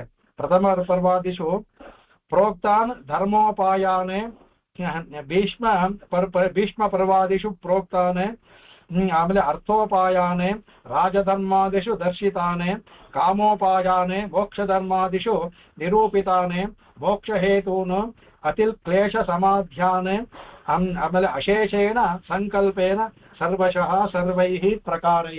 ಎಲ್ಲರೂ ಸರ್ವಶಃ ಅಂತ ಸರ್ವೈಃ ಪ್ರಕಾರೇನ ಮಾಡಿದ್ದಾರೆ. ಎಲ್ಲ ಇಲ್ಲಿ ಹೇಳ್ತಾರೆ ಧರ್ಮಾನ ಅಂದ್ರೆ ಪ್ರಥಮ ಪರ್ವಾದಿಷು, ಮೊದಲನೇ ಪರ್ವದಿಂದ ಹಿಡಿದು ಪ್ರಥಮ ಪರ್ವಾದಿಶ ಮೊದಲು ಆದಿ ಪರ್ವದಿಂದ ಹಿಡಿದು ಕೇಳಿದಂತ ಧರ್ಮೋಪಾಯಾನ್ ಅದರಲ್ಲಿ ಅಲ್ಲಿ ಹೇಳಿದ್ದನ್ನೆಲ್ಲ ಭೀಷ್ಮರು ಇವನ್ ಹೇಳ್ತಾರೆ, ಅಲ್ಲಿ ಬಂದಿರೋ ವಿಷಯಗಳನ್ನೆಲ್ಲ ಹೇಳ್ತಾರೆ. ಅದರಿಂದ ಮೊದಲನೇ ಪರ್ವದಿಂದ ಹಿಡಿದು ಮಹಾಭಾರತದ ಧರ್ಮ ಅಲ್ಮೇಲೆ ಭೀಷ್ಮ ಪರ್ವಾದಿಶು, ಈ ಅನುಶಾಸನಿಕ ಪರ್ವಕ್ಕೆ ಭೀಷ್ಮ ಪರ್ವ ಅಂತ ಇನ್ನೊಂದು ಹೆಸರು. ಆ ಭೀಷ್ಮ ಪರ್ವದವರೆಗೆ ಏನಾದ್ರು ಅದಕ್ಕೆ ಪ್ರೋಕ್ತಾನೆ ಅಂದ್ರೆ ಅರ್ಥೋಪಾಯಾನೆ ಹೇಳಿದಂತಹ ಅರ್ಥಗರ್ಭಿತವಾದಂತಹ ವಿಷಯಗಳು. ಅದೇ ಯಾವುದು ರಾಜಧರ್ಮಾದಿಷು ದರ್ಶಿತಾನೆ, ರಾಜಧರ್ಮಗಳಲ್ಲಿ ತೋರುವಂತಹದ್ದು ತೋರಿಕೊಂಡದ್ದು. ಮುಖ್ಯವಾಗಿ ಮೊದಲು ರಾಜಧರ್ಮವನ್ನು ಬೋಧಿಸ್ತಾನೆ. ಏನ್ ಬೇಕಂದ್ರೆ ಒಂದು ಚಕ್ರವರ್ತಿ ಆಗ್ತಾನಲ್ಲ, ಅದರಿಂದ ರಾಜಧರ್ಮಾದಿಶು ದರ್ಶಿತಾನೆ. ಆದ್ಮೇಲೆ ಕಾಮೋಪಾಯಾನೆ, ಅದ್ರ ಮೇಲೆ ನಮ್ಮ ಆಸೆಗೆ ಅಂದ್ರೆ ಒಬ್ರು ಏನ್ ಆಸೆ ಪಟ್ರೆ ಏನ್ ಮಾಡ್ಬೇಕು, ಕಾಮಗಳಂದ್ರೆ ಆಸೆಗಳು, ಅದಕ್ಕೆ ಬಾದ ಕಾಮದ ಉಪಾಯಾನೆ ಕಾಮೋಪಾಯಾನೆ. ಅಷ್ಟೇ ಅಲ್ಲ ಮೋಕ್ಷ ಧರ್ಮಾದಿಶು, ಅದಲ್ಲದೆ ಎಲ್ಲವನ್ನೂ ಹೇಳ್ಕೊಂಡು ಮೋಕ್ಷ ಧರ್ಮವನ್ನು ಹೇಳ್ತಾನಲ್ಲ ಯಾವುದು, ಅದನ್ನ ಮೋಕ್ಷ ಧರ್ಮಾದಿಶು. ಆಮೇಲೆ ಅದರಲ್ಲಿ ನಿರೂಪಿತಾನ್ ಮೋಕ್ಷ ಹೇತೂನೆ, ಆ ಮೋಕ್ಷ ಧರ್ಮದಲ್ಲಿ ಹೇಳಿರುವಂತಹ ಮೋಕ್ಷ ವಿಷಯವಾದ ನಿರೂಪಿತ ಮೋಕ್ಷಕ್ಕೆ ಕಾರಣವಾಗುವಂತಹ ಅತಿ ಕ್ಲೇಶ ಸಮಾಧ್ಯಾನ ಅಶೇಷೇಣ, ಅಲ್ಲಿ ಅಂತ ಅತ್ಯಂತ ಕ್ಲೇಶ ಸಾಧ್ಯಾನೆ, ಅತ್ಯಂತ ಕ್ಲೇಶವಾದಂತ ಅಲ್ಲಿ ಹೇಳಿದ ಮೋಕ್ಷಕ್ಕೆ ಅನೇಕ ಕಾರಣ ಇದೆ. ಭಕ್ತಿ ಯೋಗ ತಗೊಂಡ್ರೆ ಅತ್ಯಂತ ಕ್ಲೇಶವಾದದ್ದು, ಬಹಳ ಅದಕ್ಕೆ ಶ್ರಮವಾದದ್ದು. ಅದರಿಂದ ಎಲ್ಲವನ್ನು ಅಶೇಷೇಣ ಅಂದ್ರೆ ಸಾಕಲ್ಯೇನ ಸರ್ವಶಃ, ಸಾಕಲ್ಯ ಒಂದು ಸ್ವಲ್ಪವನ್ನು ಬಿಡದೆ, ಅಶೇಷೇಣ ಸಾಕಲ್ಯ ಅಂದ್ರೆ ಚೂರು ಬಿಡದೆ ಎಲ್ಲವನ್ನೂ ಸಹ, ಸರ್ವಶಃ ಅಂದ್ರೆ ಸರ್ವೈಹಿ ಪ್ರಕಾರ ಎಲ್ಲಾ ಪ್ರಕಾರಗಳಿಂದಲೂ ತಿಳಿದು. ಆಮೇಲೆ ಶ್ರೀ ವ್ಯಾಸ ಲೋಮಶ ಧೌಮ್ಯ ಮಾರ್ಕಂಡೇಯ ಭೀಷ್ಮಾದಿ ಮುಖಾತೆ ಕೃತ್ವ ಅಂದ್ರೆ ಇದು ಇವರು ಭೀಷ್ಮರು ಹೇಳ್ಬೇಕಾದ್ರೆ ಮಧ್ಯದಲ್ಲ ಅನೇಕ ವ್ಯಾಖ್ಯಾನಗಳು ಹೇಳ್ತಾರಲ್ಲ, ಅಲ್ಲದೆ ಇವ್ರಿಗೂ ಸಹ ನೇರವಾಗಿ ಯುಧಿಷ್ಠಿರನಿಗೆ ಅನೇಕ ಹೆಸರಾಗಿ ಧರ್ಮದ ಬೋಧನೆಯಾಗಿದೆ. ಯಾರಿಂದ? ಶ್ರೀ ವ್ಯಾಸರು ಅವನಿಗೆ ಬೋಧನೆ ಮಾಡಿದ್ದಾರೆ. ಆಮೇಲೆ ಲೋಮಶರು ಬೋಧನೆ ಮಾಡಿದ್ದಾರೆ. ಧೌಮ್ಯರು ಇವರು ಅರಣ್ಯದಲ್ಲಿರ್ಬೇಕಾದ್ರೆ ಧೌಮ್ಯರು ಬೋಧನೆ ಮಾಡಿದ್ದಾರೆ. ಮಾರ್ಕಂಡೇಯ ಮುನಿಗಳು ಅವರೇ ಭಗವಂತನೇ ಇದಲ್ಲ, ಅವನೇ ಸಾಕ್ಷಾತ್ ಶರಣ್ಯ ಅಂದ್ಬಿಟ್ಟು ಅವ್ರು ಹೇಳ್ತಾರೆ. ಮಾರ್ಕಂಡೇಯರು ಬೋಧನೆ ಮಾಡಿದ್ದಾರೆ. ಆಮೇಲೆ ಭೀಷ್ಮಾದಿ ಮುಖ, ಈಗ ಭಗವಂತ ಹೇಳಿದ ಮೇಲೆ ವ್ಯಾಸರ ಇದ ಮೇಲೆ ಭೀಷ್ಮರಿಂದಲ್ಲ ಭೀಷ್ಮಾದಿ ಮುಖ ಅಂತೆ ಎಲ್ಲವನ್ನೂ ಶುತ್ವ ಎಲ್ಲವನ್ನೂ ತಿಳ್ಕೊಂಡು ಇವರು ಸೇರಿಸಿದ್ರು. ಅಲ್ಲಿ ಭೀಷ್ಮನಿಂದ ತಿಳ್ಕೊಂಡು ಅಂತ ಬಾಕಿ ಅವ್ರು ಹೇಳಿದ್ರೆ, ಇಲ್ಲಿ ಬೇರೆಯಿಂದ ವ್ಯಾಸ ಲೋಮಶ ಧೌಮ್ಯ ಮಾರ್ಕಂಡೇಯ ಭೀಷ್ಮಾದಿ ಮುಖ ಅಂತ ಅಂದ್ರೆ ಎಲ್ಲಾ ಪರ್ವದಲ್ಲೂ ಅನೇಕ ವಿಷಯಗಳು ಬೋಧನೆ ಪಡ್ಕೊಂಡಿದ್ದಾನೆ. ಅದಕ್ಕೆ ಒಂದೊಂದು ವ್ಯಾಖ್ಯಾನದಲ್ಲಿ ಕೆಲವು ವಿಶೇಷವಾದ ಅಂಶಗಳು ಸಿಗುತ್ತೆ ನಮಗೆ. ಅದನ್ನ ಶುತ್ವ, ಅದನ್ನ ಎಲ್ಲವನ್ನು ಕೇಳ್ಕೊಂಡು ಏನಂದ್ರೆ ಪಾವನಾನಿಚ ಅಂದ್ರೆ ಸರ್ವಜನ ಪವಿತ್ರೀಕರಣಾನಿ ಮುಕ್ತ ಅನ್ಬಿಟ್ಟು ಅಂತ ಅಂದ್ರೆ ಎಲ್ಲಾ ಜನರನ್ನು ಸರ್ವಜನ ಪವಿತ್ರೀಕರಣಾನಿ ಎಲ್ಲಾ ಜನರನ್ನು ಪವಿತ್ರಗೊಳಿಸುವಂತಹ ಅವರಿಗೆ ಆಯಾತ ಪವಿತ್ರಗೊಳಿಸುವಂತಹ ಕರಣಾನಿ ಅನ್ನಂದ್ರೆ ಮುಕ್ತ ಕದೇ ಹೇಳ್ತಾರಿಕೆ ಚತುರ್ವಿಧ ಧರ್ಮ ಸಹಕಾರಿ ಭೃತಾನಿ ತಪೋವ್ರತ ತೀರ್ಥದಾನ ದೈವತಾನಿ ತತ್ತನ್ನಾಮಾನಿ ನಾನಾ ವಿಧಾನಿ ದುಸ್ಸಾಧ್ಯಾನಿ ಬಹುವಿಘ್ನಾನಿ ಅಲ್ಪಫಲಾನಿ ಚ ಶ್ರುತ್ವಾ ಯುಧಿ ತಿಷ್ಠತಿ ಯುಧಿಷ್ಠಿರಃ ಗವಿ ಯುಧಿಭ್ಯಃ ಧ್ಯಾಂ ಸ್ಥಿರಃ ಇತಿ ಕ್ಷತ್ವಂ. ಅದು ವ್ಯಾಕರಣ. ಅದು ಅಂದ್ಬಿಟ್ಟು ಹೇಳ್ತಾರೆ, ಬಾಹ್ಯಾಭ್ಯಂತರ ಶತ್ರು ವಿಜೇತ ಧರ್ಮಪುತ್ರಗೆ ಇಷ್ಟೆಲ್ಲ ವಿಷಯ ಕೊಡ್ತಾರೆ. ಇವ್ರು ಹೇಳ್ತಾರೆ ಇದಕ್ಕೆ ಯಾವ್ದಪ್ಪ ಅಂದಕ್ಕೆ ಪಾವನ ಹೇಳ್ತಾರೆ. ಅದಕ್ಕೆ ಅದರಿಂದ ಏನಂದ್ರೆ ಪಾವನಗೊಳಿಸು ಅಂದ್ರೆ ಎಲ್ಲರನ್ನೂ ಸಹ ಸರ್ವಜನ ಪವಿತ್ರೀಕರಣಾನಿ ಹೇಳಿದಂತ ಉಕ್ತ ಯಾವುದು ಚತುರ್ವಿಧ ಧರ್ಮ ಅರ್ಥ ಕಾಮ ಮೋಕ್ಷ 4 ಧರ್ಮ ಇದೆಯಲ್ಲ, ಆ ಚತುರ್ವಿಧ ಧರ್ಮ ಅದಕ್ಕೆ ಸಹಕಾರಿ ಭೂತಾನಿ ತಪೋವ್ರತ ತೀರ್ಥಾದ. ಅದಕ್ಕೆ ಈ ಚತುರ್ವಿಧ ಇದಕ್ಕೆ ಬೇಕಾಗಿರುವಂತ ಸಹಕಾರಿಗಳು ಯಾವ್ದಪ್ಪ ಅಂದ್ರೆ ತಪಸ್ಸು, ವ್ರತ, ತೀರ್ಥ, ದಾನ, ದೈವತ ಭಗವತ್ ಆರಾಧನಾ ಇವೆಲ್ಲವೂ ಸಹ ಸಹಕಾರಿಗಳಾಗೋದು. ಆ ತರದಂತ ದೇವತಾನಿ ತತ್ತನ್ನಾಮಾನಿ ನಾನಾ ವಿಧಾನಿ, ಆಯಾ ಹೆಸರುಗಳು ಆಯಾ ವಿಧಗಳು. ಇದು ಅನೇಕ ಇದರಲ್ಲಿ ಬರುತ್ತೆ, ಮಹಾಭಾರತದಲ್ಲಿ ಬರುತ್ತೆ. ಅದಕ್ಕೆ ಯಾವ ಇದಕ್ಕೆ ಏನು ಪ್ರಾಯಶ್ಚಿತ್ತ ಎಲ್ಲಿ ಹೋಗ್ಬೇಕು ಅಂತೆಲ್ಲ. ಅದಕ್ಕೆ ತತ್ತನ್ನಾಮಾನಿ ನಾನಾ ವಿಧಾನಿ. ಅದು ದುಸ್ಸಾಧ್ಯಾನಿ ಬಹುವಿಘ್ನಾನಿ, ಕೆಲವು ಅನೇಕ ಕಷ್ಟಕರವಾಗಿದ್ದು ಅನೇಕ ವಿಘ್ನಗಳು ಉಂಟಾಗುವಂತ. ಯಾವ ಒಳ್ಳೆ ಕೆಲಸ ಮಾಡಿದ್ರು ಕಲಿಯುಗದಲ್ಲಂದು ತುಂಬಾ ವಿಘ್ನ ಉಂಟಾಗುತ್ತೆ. ಎಲ್ಲಾ ಕಾಲದಲ್ಲೂ ಒಳ್ಳೆ ಕೆಲಸ ಮಾಡುವ ವಿಘ್ನಗಳಾಗುತ್ತೆ. ಅದನ್ನ ದಾಟ್ಕೊಂಡು ಹೋಗ್ಬೇಕು, ನಮ್ಮ ಮನೋಶಕ್ತಿ ಧಾರಣತೆ ಬೇಕು. ಅದರಿಂದ ಹೇಳ್ತಾರೆ ದುಃಖ. ಆಮೇಲೆ ದುಸ್ಸಾಧ್ಯಾನಿ ಅತ್ಯಂತ ಕಷ್ಟವಾದದ್ದು, ಬಹುವಿಘ್ನಾನಿ, ಆಮೇಲೆ ಅಲ್ಪ ಫಲಾನಿ. ಇದೆಲ್ಲ ಲೌಕಿಕವಾದ ವಿಷಯದಲ್ಲಿ. ಈ ಲೌಕಿಕದಲ್ಲಿ ನಾವು ಪಡುವಂತ ಇರುತ್ತಲ್ಲ ಬಹಳ ಕಷ್ಟಕರವಾದದ್ದು. ಎಲ್ಲವೂ ಆಯ್ತು, ಏನಪ್ಪ ಅಲ್ಪ ಫಲಾನಿ ಅಲ್ಲಿ ಅವ್ರದ್ದು ವಿಭಜನೆ ಮಾಡಿ ತೋರಿಸಲ್ಲ ಪರಾಶರ ಬಿಟ್ರು. ಅದನ್ನೇ ಒಂದೇ ಇದ್ರಲ್ಲಿ ಹೇಳ್ತಾರೆ. ಲೌಕಿಕವಾಗಿ ನಾವು ಮಾಡುವಂತ ಆಸೆಗಳೆಲ್ಲವೂ ಬಹಳ ಕಷ್ಟತರವಾದದ್ದು, ದುಸ್ಸಾಧ್ಯವಾದದ್ದು, ಅನೇಕ ವಿಘ್ನಗಳನ್ನು ಉಳ್ಳಂತಾಗದ್ದು. ಅಷ್ಟೆಲ್ಲ ಆಯ್ತಪ್ಪ, ಫಲ ಇದೆಯಾ? ಅಲ್ಪ ಫಲಾನಿ, ಅತ್ಯಂತ ಅಲ್ಪವಾದ ಫಲವನ್ನು ಸಿಗುವಂತಹದ್ದು. ಇದು ಶುತ್ವ. ಇದನ್ನೆಲ್ಲ ಕೇಳಿ ಯುಧಿಷ್ಠನಿಗೆ ಏನಾಯ್ತು, ಕಮ್ಮಿ ಫಲದಿಂದ ಹೆಚ್ಚು ಫಲವನ್ನು ಪಡ್ಕೋಬೇಕು ಅನ್ನೋ ಆಸೆಯಿಂದ ಅದಕ್ಕೆ ಶುತ್ವ ಯುಧಿ ಅಂದ್ರೆ ಯುಧಿಷ್ಠಿರ. ಇದಕ್ಕೆ ಯುಧಿ ತಿಷ್ಠತಿ ಇದು ಯುಧಿಷ್ಠಿರ. ಯುಧಿಷ್ಠ ಹೆಸರು ಒಂದಕ್ಕೆ ಯುಧಿ ತಿಷ್ಠತಿ ಇತಿ ಯುಧಿಷ್ಠಿರ. ಕಡೆಗೆ ಅದಂತ ಯುಧಿ ಅಂದ್ರೆ ಯುದ್ಧದಲ್ಲಿ ಯಾರು ನಿಲ್ತಾನೋ ಅವನು ನಮಗೆ ನಮ್ಮ ರೂಢಿನಲ್ಲಿ ಅವನ ಧರ್ಮರಾಯ ಧರ್ಮಬಿಂದು, ಹಾಗಾಗಿ ಅವನು ಇದ್ದಿಲ್ಲ ಅಂತಲ್ಲ, ಅವನು ಒಳ್ಳೆ ವೀರ, ಅವನು ಧರ್ಮ. ಅದಕ್ಕೆ ಯುಧಿಷ್ಠಿರ, ಯುದ್ಧದಲ್ಲಿ ಹಿಮ್ಮೆಟ್ಟದೆ ಇರೋವನು ಅಂತ. ಯುಧಿಷ್ಠಿರ ಅಂದ್ರೆ ಯುಧಿಹಿ ತಿಷ್ಠತಿ ಇತಿ ಯುಧಿಷ್ಠಿರ ಅಂತ. ಯುದ್ಧದಲ್ಲಿ ಹಿಮ್ಮೆಟ್ಟು ನಿಲ್ಲದೆ ಯುದ್ಧ ಮಾಡಬಲ್ಲವನು ಅದರಿಂದ ಯುಧಿಷ್ಠಿರ ಅಂತಿದ್ರು. ಅದಕ್ಕೆ ಗವಿ ಯುಧಿಭ್ಯಾಂ ಸ್ಥಿರ ಅಂದ್ಬಿಟ್ಟು ಅಂತ. ಆಮೇಲೆ ಧರ್ಮಗಳಲ್ಲಿ ಗವಿ ಅಂದ್ರೆ ಅನೇಕ ವಿಷಯಗಳಲ್ಲಿ ಒಂದು ಆಲೋಚನೆ ವಿಷಯಗಳಲ್ಲೇ ಆಗ್ಲಿ ಯುದ್ಧದಲ್ಲೇ ಆಗ್ಲಿ ಸ್ಥಿರನಾಗಿರೋವನು ಅದಕ್ಕೆ ಯುಧಿಷ್ಠಿರನಿಗೆ ಹೊಂದುತ್ತೆ. ಅದಕ್ಕೆ ಅಲ್ಲಿ ಶತ್ವ ಬರೋದಕ್ಕೆ ಅಲ್ಲದೆ ಯುಧಿಷ್ಠಿರ ಆಗ್ಬೇಕಲ್ಲ, ಯುಧಿಷ್ಠಿರ ಷ್ಟಕಾರ ಶಕಾರ ಹಾಕುವಂತ ಯಾಕಾರ ಒಂದು ಸೂತ್ರ ಇದೆ. ಎಲ್ಲೆಲ್ಲಿ ಶಕಾರ ರೇಪ ಅದೆಲ್ಲ ಬಂದಾಂತಲ್ಲಿ ಶಕಾರ ಬರುತ್ತೆ, ಅದಕ್ಕೆ ತೋರಿಸ್ತಾರೆ. ಅದಕ್ಕೆ ಯುಧಿಷ್ಠಿರ ಆಯ್ತು ಅಂದ್ಬಿಟ್ಟು ಅಂತ. ಅದರ ಬಾಹಾಭ್ಯಂತ ರುಚಿರ್ ವಿಜೇತ ಧರ್ಮಪುತ್ರ. ಅವನು ಯಾರು ಬಾಹ್ಯ ಅಭ್ಯಂತರ ಶಮಧಮಾದಿಗಳನ್ನ ಅಂದ್ರೆ ಶಮ ಅಂತರ್ನಿಗ್ರಹ ಇಂದ್ರಿಯ ನಿಗ್ರಹ ಶಮ, ಬಾಹ್ಯೇಂದ್ರಿಯ ನಿಗ್ರಹ ದಮ, ಆ ಎರಡನ್ನೂ ನಿಗ್ರಹ ಮಾಡಿದವನು. ಅದಕ್ಕೆ ಶಮಧಮಾದಿ ಅಂತರ್ಬಾಹಭ್ಯ ಶತ್ರು ವಿಜೇತ. ಅವನು ಯಾರು? ಧರ್ಮಪುತ್ರ. ಅಂತಹ ಧರ್ಮಪುತ್ರ ಅವ್ರು ಹೇಳ್ತಾರೆ ಯುಧಿಷ್ಠಿರೋ ಧರ್ಮಮಯೋ ಮಹಾದ್ರುಮಃ ಭೀಮಾರ್ಜನೋ ತಸ್ಯ ಭುಜೋಪಶಾಖೆ ಮಾದ್ರೀಸುತೌ ಪುಷ್ಪ ಫಲೇ ಸಮೃದ್ಧೆ ಮೂಲಂ ಕೃಷ್ಣೇ ಬ್ರಹ್ಮಚ ಬ್ರಾಹ್ಮಣಾಶ್ಚ. ಕಡೆಗೆ ಒಂದು ಮಹಾಭಾರತ ಒಂದು ಶ್ಲೋಕ ಬರುತ್ತೆ, ಅದು ಉದಾಹರಣೆ ಮಾಡ್ತಾರೆ ಹೇಳಿ. ಇದು ಅದ್ಭುತವಾಗಿ ಹೇಳ್ತಾರೆ. ಯುಧಿಷ್ಠಿರನಿಗೆ ವಿಶೇಷ ಹೇಳ್ತಾರೆ. ಯುಧಿಷ್ಠಿರನು ಯಾರಪ್ಪ ಅಂತ ಹೇಳ್ತಾನೆ, ಯುಧಿಷ್ಠಿರೋ ಧರ್ಮಮಯೋ ಮಹಾದ್ರುಮಃ. ಈ ರಾಮೋ ವಿಗ್ರಹವಾನ್ ಧರ್ಮ ಅನ್ನೋ ತರ ಇವನು ಯುಧಿಷ್ಠಿರ ಧರ್ಮಮಯವಾದ ಒಂದು ಮರ ಇವನು. ಅವನು ವಿಗ್ರಹವಾನ್ ಧರ್ಮ, ಇವರು ಧ್ರುಮವಾನ್ ಧರ್ಮ. ಧ್ರುವ ಅಂದ್ರೆ ಮರ. ಧರ್ಮವೇ ಒಂದು ರೂಪವಾಗಿ ಒಂದು ವೃಕ್ಷ ಆಯ್ತಂತೆ. ಆ ವೃಕ್ಷವೇ ಯುಧಿಷ್ಠಿರ ಅಂದ್ಬಿಟ್ಟು ಹೇಳ್ತಾರೆ. ಯುಧಿಷ್ಠಿರೋ ಧರ್ಮಮಯೋ ಮಹಾದ್ರುಮಃ. ಧರ್ಮ ಅನ್ನೋ ಮಹಾದ್ರುಮ, ಒಂದು ದೊಡ್ಡ ಮರ ಅಂತ ಯುಧಿಷ್ಠಿರ. ಅದಕ್ಕೆ ಭೀಮಾರ್ಜುನೋತಶ್ಚ ಭುಜೋಪಶಾಖೆ. ಭೀಮಾರ್ಜುನವರು ಒಂದು ಮರಕ್ಕೆ ಪ್ರಧಾನ ಶಾಖೆಗಳಿರುತ್ತೆ ಅಲ್ಲ, 2 ಶಾಖೆ, ಆಮೇಲೆ ಅನೇಕ ಶಾಖೆಗಳು ಬರುತ್ತೆ. ಆ 2 ಪ್ರಧಾನ ಶಾಖೆಗಳು ಭುಜ. ಯುಧಿಷ್ಠಿರ 2 ಭುಜ ಯಾರಪ್ಪ ಅಂತಂದ್ರೆ ಭೀಮಾರ್ಜುನ. ಭೀಮಾರ್ಜುನ ಪ್ರಧಾನ ಶಾಖೆಗಳು ಹೇಗೆ ಮರಕ್ಕಿರ್ತೋ ಹಾಗೆ ಭೀಮಾರ್ಜುನ ಅನ್ನೋರು ಯುಧಿಷ್ಠಿರ ಅನ್ನೋ ಧರ್ಮಮಯ ಒಂದು ಮರಕ್ಕೆ ಭುಜಗಳಾಗಿದ್ದಾರಂತೆ ಅವರು, 2 ತಳ ಇದ್ದಾರೆ, ಶಾಖೆಗಳಾಗಿದ್ದಾರಂತೆ. ಮಾದ್ರೀಸುತೋ ಪುಷ್ಪ ಫಲೆ ಸಮೃದ್ಧೆ. ಮಾದ್ರೀಸುತರಾದಂತ ಇವರು ಅವರಿಬ್ಬರಲ್ಲ, ಅವ್ರಿಗೆ ನಕುಲ ಸಹದೇವರು ಅಂದ್ರೆ ಅವರು ಪುಷ್ಪ ಫಲಾದೇಹ, ಒಬ್ಬ ಪುಷ್ಪ ಒಂದು ಫಲ. ಯುಧಿಷ್ಠಿರ ಅನ್ನೋ ಒಂದು ಮರಕ್ಕೆ ಭೀಮಾರ್ಜುನರು ರೆಕ್ಕೆ ಕೊಂಬೆಗಳು, ಮಾದ್ರೀಸುತರಾದಂತ ನಕುಲ ಸಹದೇವರು ಹೂವು ಮತ್ತು ಹಣ್ಣು ಇದ್ದಂತೆ. ಕಡೆಗೆ ಈ ಮರಕ್ಕೊಂದು ಮೂಲ ಬೇಕಲ್ಲ, ಬೇರಿದ್ರು ತಾನೇ ಮನ ಬರುತ್ತೆ. ಯಾವ್ದಪ್ಪ ಬೇರು? ಮೂಲಂ ಕೃಷ್ಣ, ಸಾಕ್ಷಾತ್ ಭಗವಂತ ಕೃಷ್ಣನೇ ಬೇರು.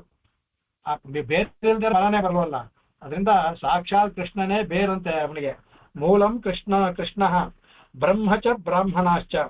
ಅವನಿಗೆ ಬರೀ ಬೇರು ಅಂದ್ರೆ ಒಂದು ಪ್ರಧಾನ ಬೇರು ಕೃಷ್ಣ, ಇನ್ನು ಅನೇಕ ಬೇರುಗಳು ಇರುತ್ತಲ್ಲ, ಅದರಲ್ಲಿ ಅನೇಕ ಬೇರುಗಳು ಯಾವುದು ಅಂದ್ರೆ ಬ್ರಹ್ಮಚ ಬ್ರಾಹ್ಮಣಾಚ. ಇಲ್ಲಿ ಬ್ರಹ್ಮಚ ಅಂದ್ರೆ ಶ್ರುತಿ ಸ್ಮೃತಿ ಇತಿಹಾಸ ಪುರಾಣಗಳು, ಮತ್ತೆ ಬ್ರಾಹ್ಮಣಾಶ್ಚ ಋಷಿಮುನಿಗಳು, ಮತ್ತೆ ಬ್ರಾಹ್ಮಣರು, ಅದನ್ನ ಇಟ್ಟವರು ಅವರೇ ಆ ಇತರ ಬೇರುಗಳು. ಅಂದ್ರೆ ಧರ್ಮದ ಬೇರುಗಳಾಗಿರುವಂತ ಭಗವಂತ, ಧರ್ಮದ ಎಲ್ಲರಿಗೂ ಅವನೇ ಬೇರು, ಪ್ರಧಾನ ಬೇರು ಅವನು. ಇತರ ಬೇರುಗಳಾದ ವೇದ ಇತಿಹಾಸ ಪುರಾಣಗಳು, ಅದನ್ನು ಇಟ್ಕೊಂಡಂತ ಬ್ರಾಹ್ಮಣರು ಇತರ ಬೇರುಗಳು. ಅದರಿಂದ ಕೂಡಿದಂತ ಮರ ಧರ್ಮರಾಜ. ಅದಕ್ಕೆ ಕೃಷ್ಣ ಇವನು ಭೀಮಾರ್ಜುನು ಕೊಂಬೆಗಳು, ಮತ್ತೆ ನಕುಲ ಸಹದೇವರು ಹೂವು ಮತ್ತು ಹಣ್ಣುಗಳು ಅಂದ್ಬಿಟ್ಟು ಅಂತಹ ಧರ್ಮ ಅನ್ನೋದಕ್ಕೆ ಹೇಳ್ತಾರೆ, ಅಂದ್ರೆ ಧರ್ಮಪುತ್ರ ಅನ್ನೋದಕ್ಕೆ. ಇತ್ಯಂ ವಿಧ ಮಹಾಪ್ರಭಾವೋ ವಕ್ಷ್ಯಮಾಣ ಸಿದ್ಧಾಂತಸ್ಯ ಪ್ರಶ್ನೆ ಧಾರಣೆ ಚ ಕುಶಲಃ ಅಂದ್ಬಿಟ್ಟು ಅಂತ. ಅದರಿಂದ ಯುಧಿಷ್ಠಿರ ಅನ್ನೋದಕ್ಕೆ ಆ ಗವಿಂ ಅಂತ ಹೇಳೋದ್ರಿಂದ ಪ್ರಶ್ನೆಯನ್ನು ಕೇಳಿದ್ರೆ ಎಲ್ಲಾ ವಿಷಯಗಳಲ್ಲೂ ಸ್ಥಿರವನ್ನು ಪಡ್ಕೊಳ್ತಾರಲ್ಲ, ಅದಕ್ಕೆ ಹೇಳ್ತಾರೆ ಇತ್ಯೇವಂ ವಿಧ ಮಹಾಪ್ರಭಾವ. ಮೇಲೆ ಹೇಳಿದ್ನ ಯುಧಿಷ್ಠಿರನ ಹೇಳಿದ್ರ ಅದರಿಂದ ಅತ್ಯಂತ ಪ್ರಭಾವಶಾಲಿ ಆಗಿದ್ದ ಅಂತ ಅವನು.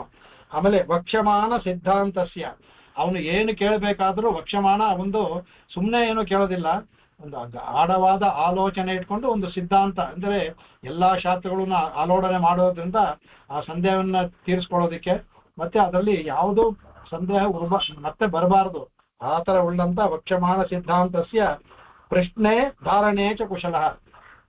ಪ್ರಶ್ನೆ ಮಾಡೋದ್ರಲ್ಲೂ ಅದನ್ನ ಧಾರಣೆ ಮಾಡ್ಕೊಳ್ಳೋದ್ರಲ್ಲೂ ಅತ್ಯಂತ ಕುಶಲ ಯುಧಿಷ್ಠಿರ. ಅದಕ್ಕೆ ಮೇಲಿನ ಶ್ಲೋಕವನ್ನು ಹೇಳಿದ್ರು.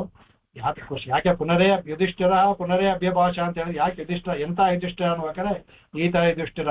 ಪ್ರಶ್ನೆಯನ್ನ ಕೇಳೋದ್ರಲ್ಲೂ ಸಹ ಅವನು ಅತ್ಯಂತ ಕುಶಲ, ಉತ್ತರವನ್ನು ಧಾರಣೆ ಮಾಡ್ಕೊಳ್ಳೋದ್ರಲ್ಲೂ ಸಹ ಅತ್ಯಂತ ಕುಶಲಾದವನು ಅವನು ಅಂತ ಹೇಳ್ತಾರೆ. ಅಂತ ಅವನು ಶಾಂತನವಂ ಅನ್ನುವಾಗ ಇವರು ಶಾಂತನವಂಗೆ ಒಂದು ವ್ಯಾಖ್ಯಾನವನ್ನು ಮಾಡ್ತಾರೆ.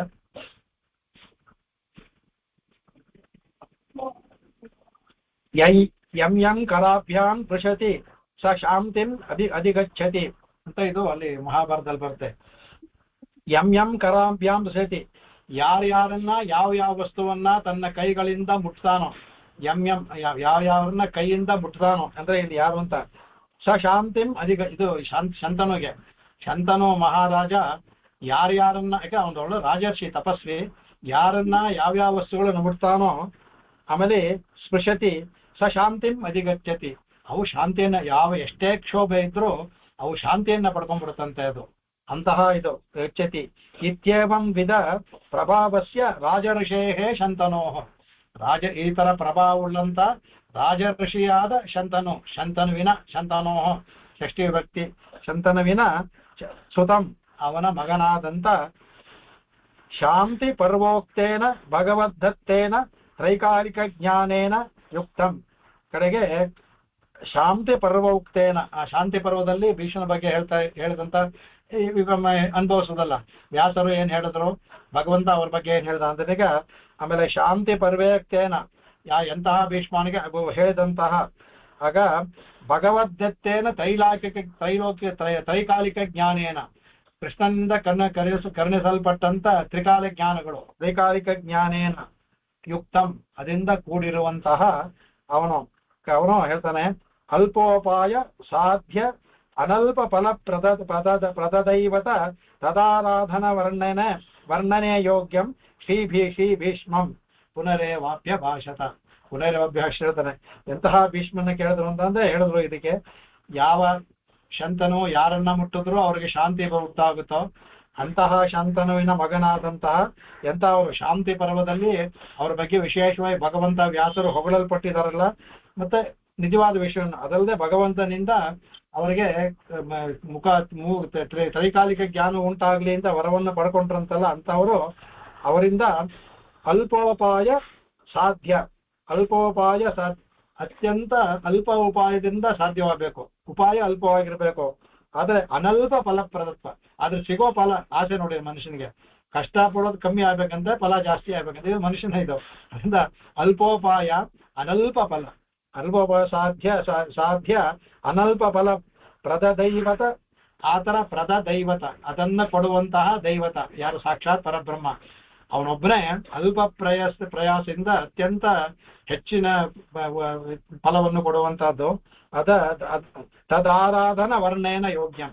ಅವನನ್ನ ಆರಾಧನೆಯನ್ನು ಮಾಡೋದಕ್ಕೆ ಅಂದ್ರೆ ಸ್ತುತಿ ಮಾಡೋದಕ್ಕೆ, ಸ್ತೋತ್ರ ಮಾಡೋದಕ್ಕೆ, ಅದಕ್ಕೆ ವರ್ಣೇನ ಯೋಗ್ಯಂ. ಅದನ್ನ ವರ್ಣನೆ ಮಾಡೋದ್ರಲ್ಲಿ ಅತ್ಯಂತ ಯೋಗ್ಯರಾದಂತ ಶ್ರೀ ಭೀಷ್ಮಂ. ಭೀಷ್ಮರಿಗೆ ಇಷ್ಟೆಲ್ಲ ಇದಕ್ಕೆ ವಿಶೇಷಣ.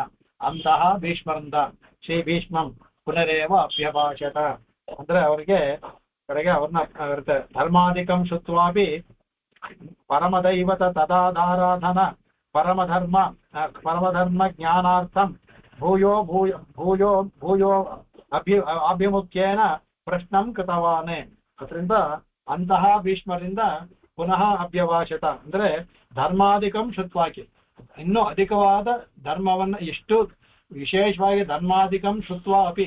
ಶುತ್ವ ಅನ್ನುವಾಗ ಹೇಳಿದ್ರಲ್ಲ, ಅನೇಕ ವಿಷಯಗಳನ್ನ ಎಲ್ಲಾ ಧರ್ಮವನ್ನು ತಿಳ್ಕೊಂಡಿದ್ರು ಸಹ ಪರದೈವತ ತದಾದಾನ ರೂಪ ಪರಮ ಧರ್ಮ ಜ್ಞಾನಾರ್ಥಂ, ಪರತತ್ವವನ್ನ ತಿಳ್ಕೊಳ್ಳೋದಿಕ್ಕೆ ಪರದೈವತ ಮತ್ತೆ ಅದರ ಆರಾಧನಾ ರೂಪವನ್ನ ತಿಳ್ಕೊಳ್ಳೋದಿಕ್ಕೆ ಆರಾಧನ ತಿಳ್ಕೊಳ್ಳೋದಕ್ಕೋಸ್ಕರ ಭೂಯೋಪಿ ಆಭಿಮುಖ್ಯೇನ ಪ್ರಶ್ನಂಕೃತವಾನ್.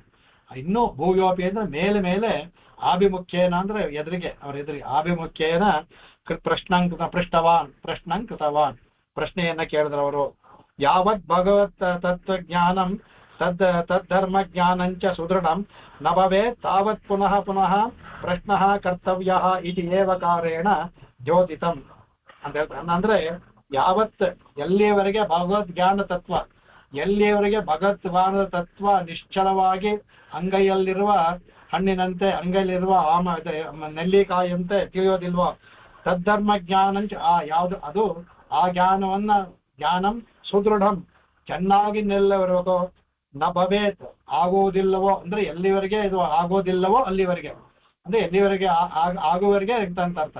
ಎಲ್ಲಿವರೆಗೆ ಈ ಜ್ಞಾನ ಆಗೋದಿಲ್ಲವೋ, ಸುದೃಢವಾದಂತ ಭಗವದ್ ವಿಷಯದ ಜ್ಞಾನ ಆಗೋದಿಲ್ಲವೋ ಅಲ್ಲಿಯವರೆಗೆ ಭವೇತೆ ತಾವತ್ತೇ ಪುನಃ ಪ್ರಶ್ನೆ, ಅಲ್ಲಿವರೆಗೆ ಪುನಃ ಮತ್ತೆ ಪ್ರಶ್ನೆಗಳನ್ನ ಮತ್ತೆ ಮೇಲೆ ಕೇಳೋದಕ್ಕೆ ಕರ್ತವ್ಯ ಐತಿ. ಇದು ನಮ್ಮ ಕರ್ತವ್ಯ, ಕೇಳಬೇಕು ನಾವು ಅಂತ ತಿಳ್ಕೊಂಡ್ಬಿಟ್ಟು ಏವಕಾರೇಣ ದ್ಯೋತಿತಂ. ಅದರಿಂದ ಆ ಏವ ಅಂತ ಹಾಕಿರೋದ್ರಿಂದ ಎಲ್ಲಿವರೆಗೆ ನಮಗೆ ಸಂದೇಹ ಹೋಗುತ್ತೋ ಅಲ್ಲಿವರೆಗೆ ಕೇಳ್ತಾನೆ ಇರಬೇಕು ಅಂತ. ಅದರಿಂದ ಇದರಿಂದ ಏವಕಾರನ ತೋರಿಸುತ್ತೆ ಅಂದ್ಬಿಟ್ಟು ಯುಧಿಷ್ಠಿರವಾಚ ಅಂತ ಮುಂದಕ್ಕೆ ಹೋಗ್ತಾರೆ. ಕಿಮೇಕಂ ದೈವತಂ ಅನ್ನೋದು ಮೂರು ಸಹ ಇದರಲ್ಲಿ ಮಾಧ್ವರದು ಮೇಲ್ಮಾತ್ರಿಕೆ, ಅದರಿಂದ ಈ ಅರ್ಥದಲ್ಲಿ ಹೇಳ್ತಾ ಇದ್ದಂತ ಏನು ಹೇಳಕ್ ಹೋಗಲ್ಲ. ಅದಕ್ಕೆ ಮುಂದಿನ ಕ್ಲಾಸಲ್ಲಿ ಇದರ ಪರಿಚಯ ಮಾಡ್ಕೊಂಡು ಕವಿತಾರ್ಕಿಕ ಸಿಂಹಾಯ ಕಲ್ಯಾಣ ಗುಣಶಾಲಿನೇ ಶ್ರೀಮತೆ ವೆಂಕಟೇಶಾಯ ವೇದಾಂತ ಗುರವೇ ನಮಃ. ವಾದಿದ್ವಿಪಶಿರೋ ಭಂಗ ಪಂಚಾನನ ಪರಾಕ್ರಮಃ ಶ್ರೀಮಾನ್ ವೆಂಕಟನಾಥಾರ್ಯಃ ಚಿರಂ ವಿಜಯತಾಂ ಭುವಿ. ಆಕಾಶಾತ್ ಪತಿತಂತೋಯಂ ಯಥಾ ಗಚ್ಚತಿ ಸಾಗರಂ ಸರ್ವದೇವ ನಮಸ್ಕಾರಃ. ಕೇಶವಂ ಪ್ರತಿ ಗಚ್ಚತಿ. ಓಂ ಶಾಂತಿಃ. ಕಾಯೇನ ವಾಚಾ ಮನಸೇಂದ್ರಿಯೈರ್ವಾ ಬುದ್ಧ್ಯಾತ್ಮನಾ ವಾ ಪ್ರಕೃತೆ ಸ್ವಭಾವಾತ್ ಕರೋಮಿ ಯದ್ಯತ್ ಸಕಲಂ ಪರಸ್ಮೈ ನಾರಾಯಣಾಯೇತಿ ಸಮರ್ಪಯಾಮಿ. ನಾಳೆ ನೋಡೋಣ. ನಮಸ್ಕಾರ ಸರ್.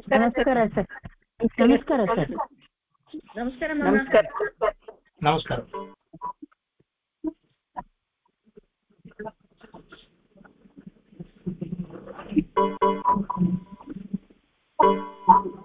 ನಾಳೆ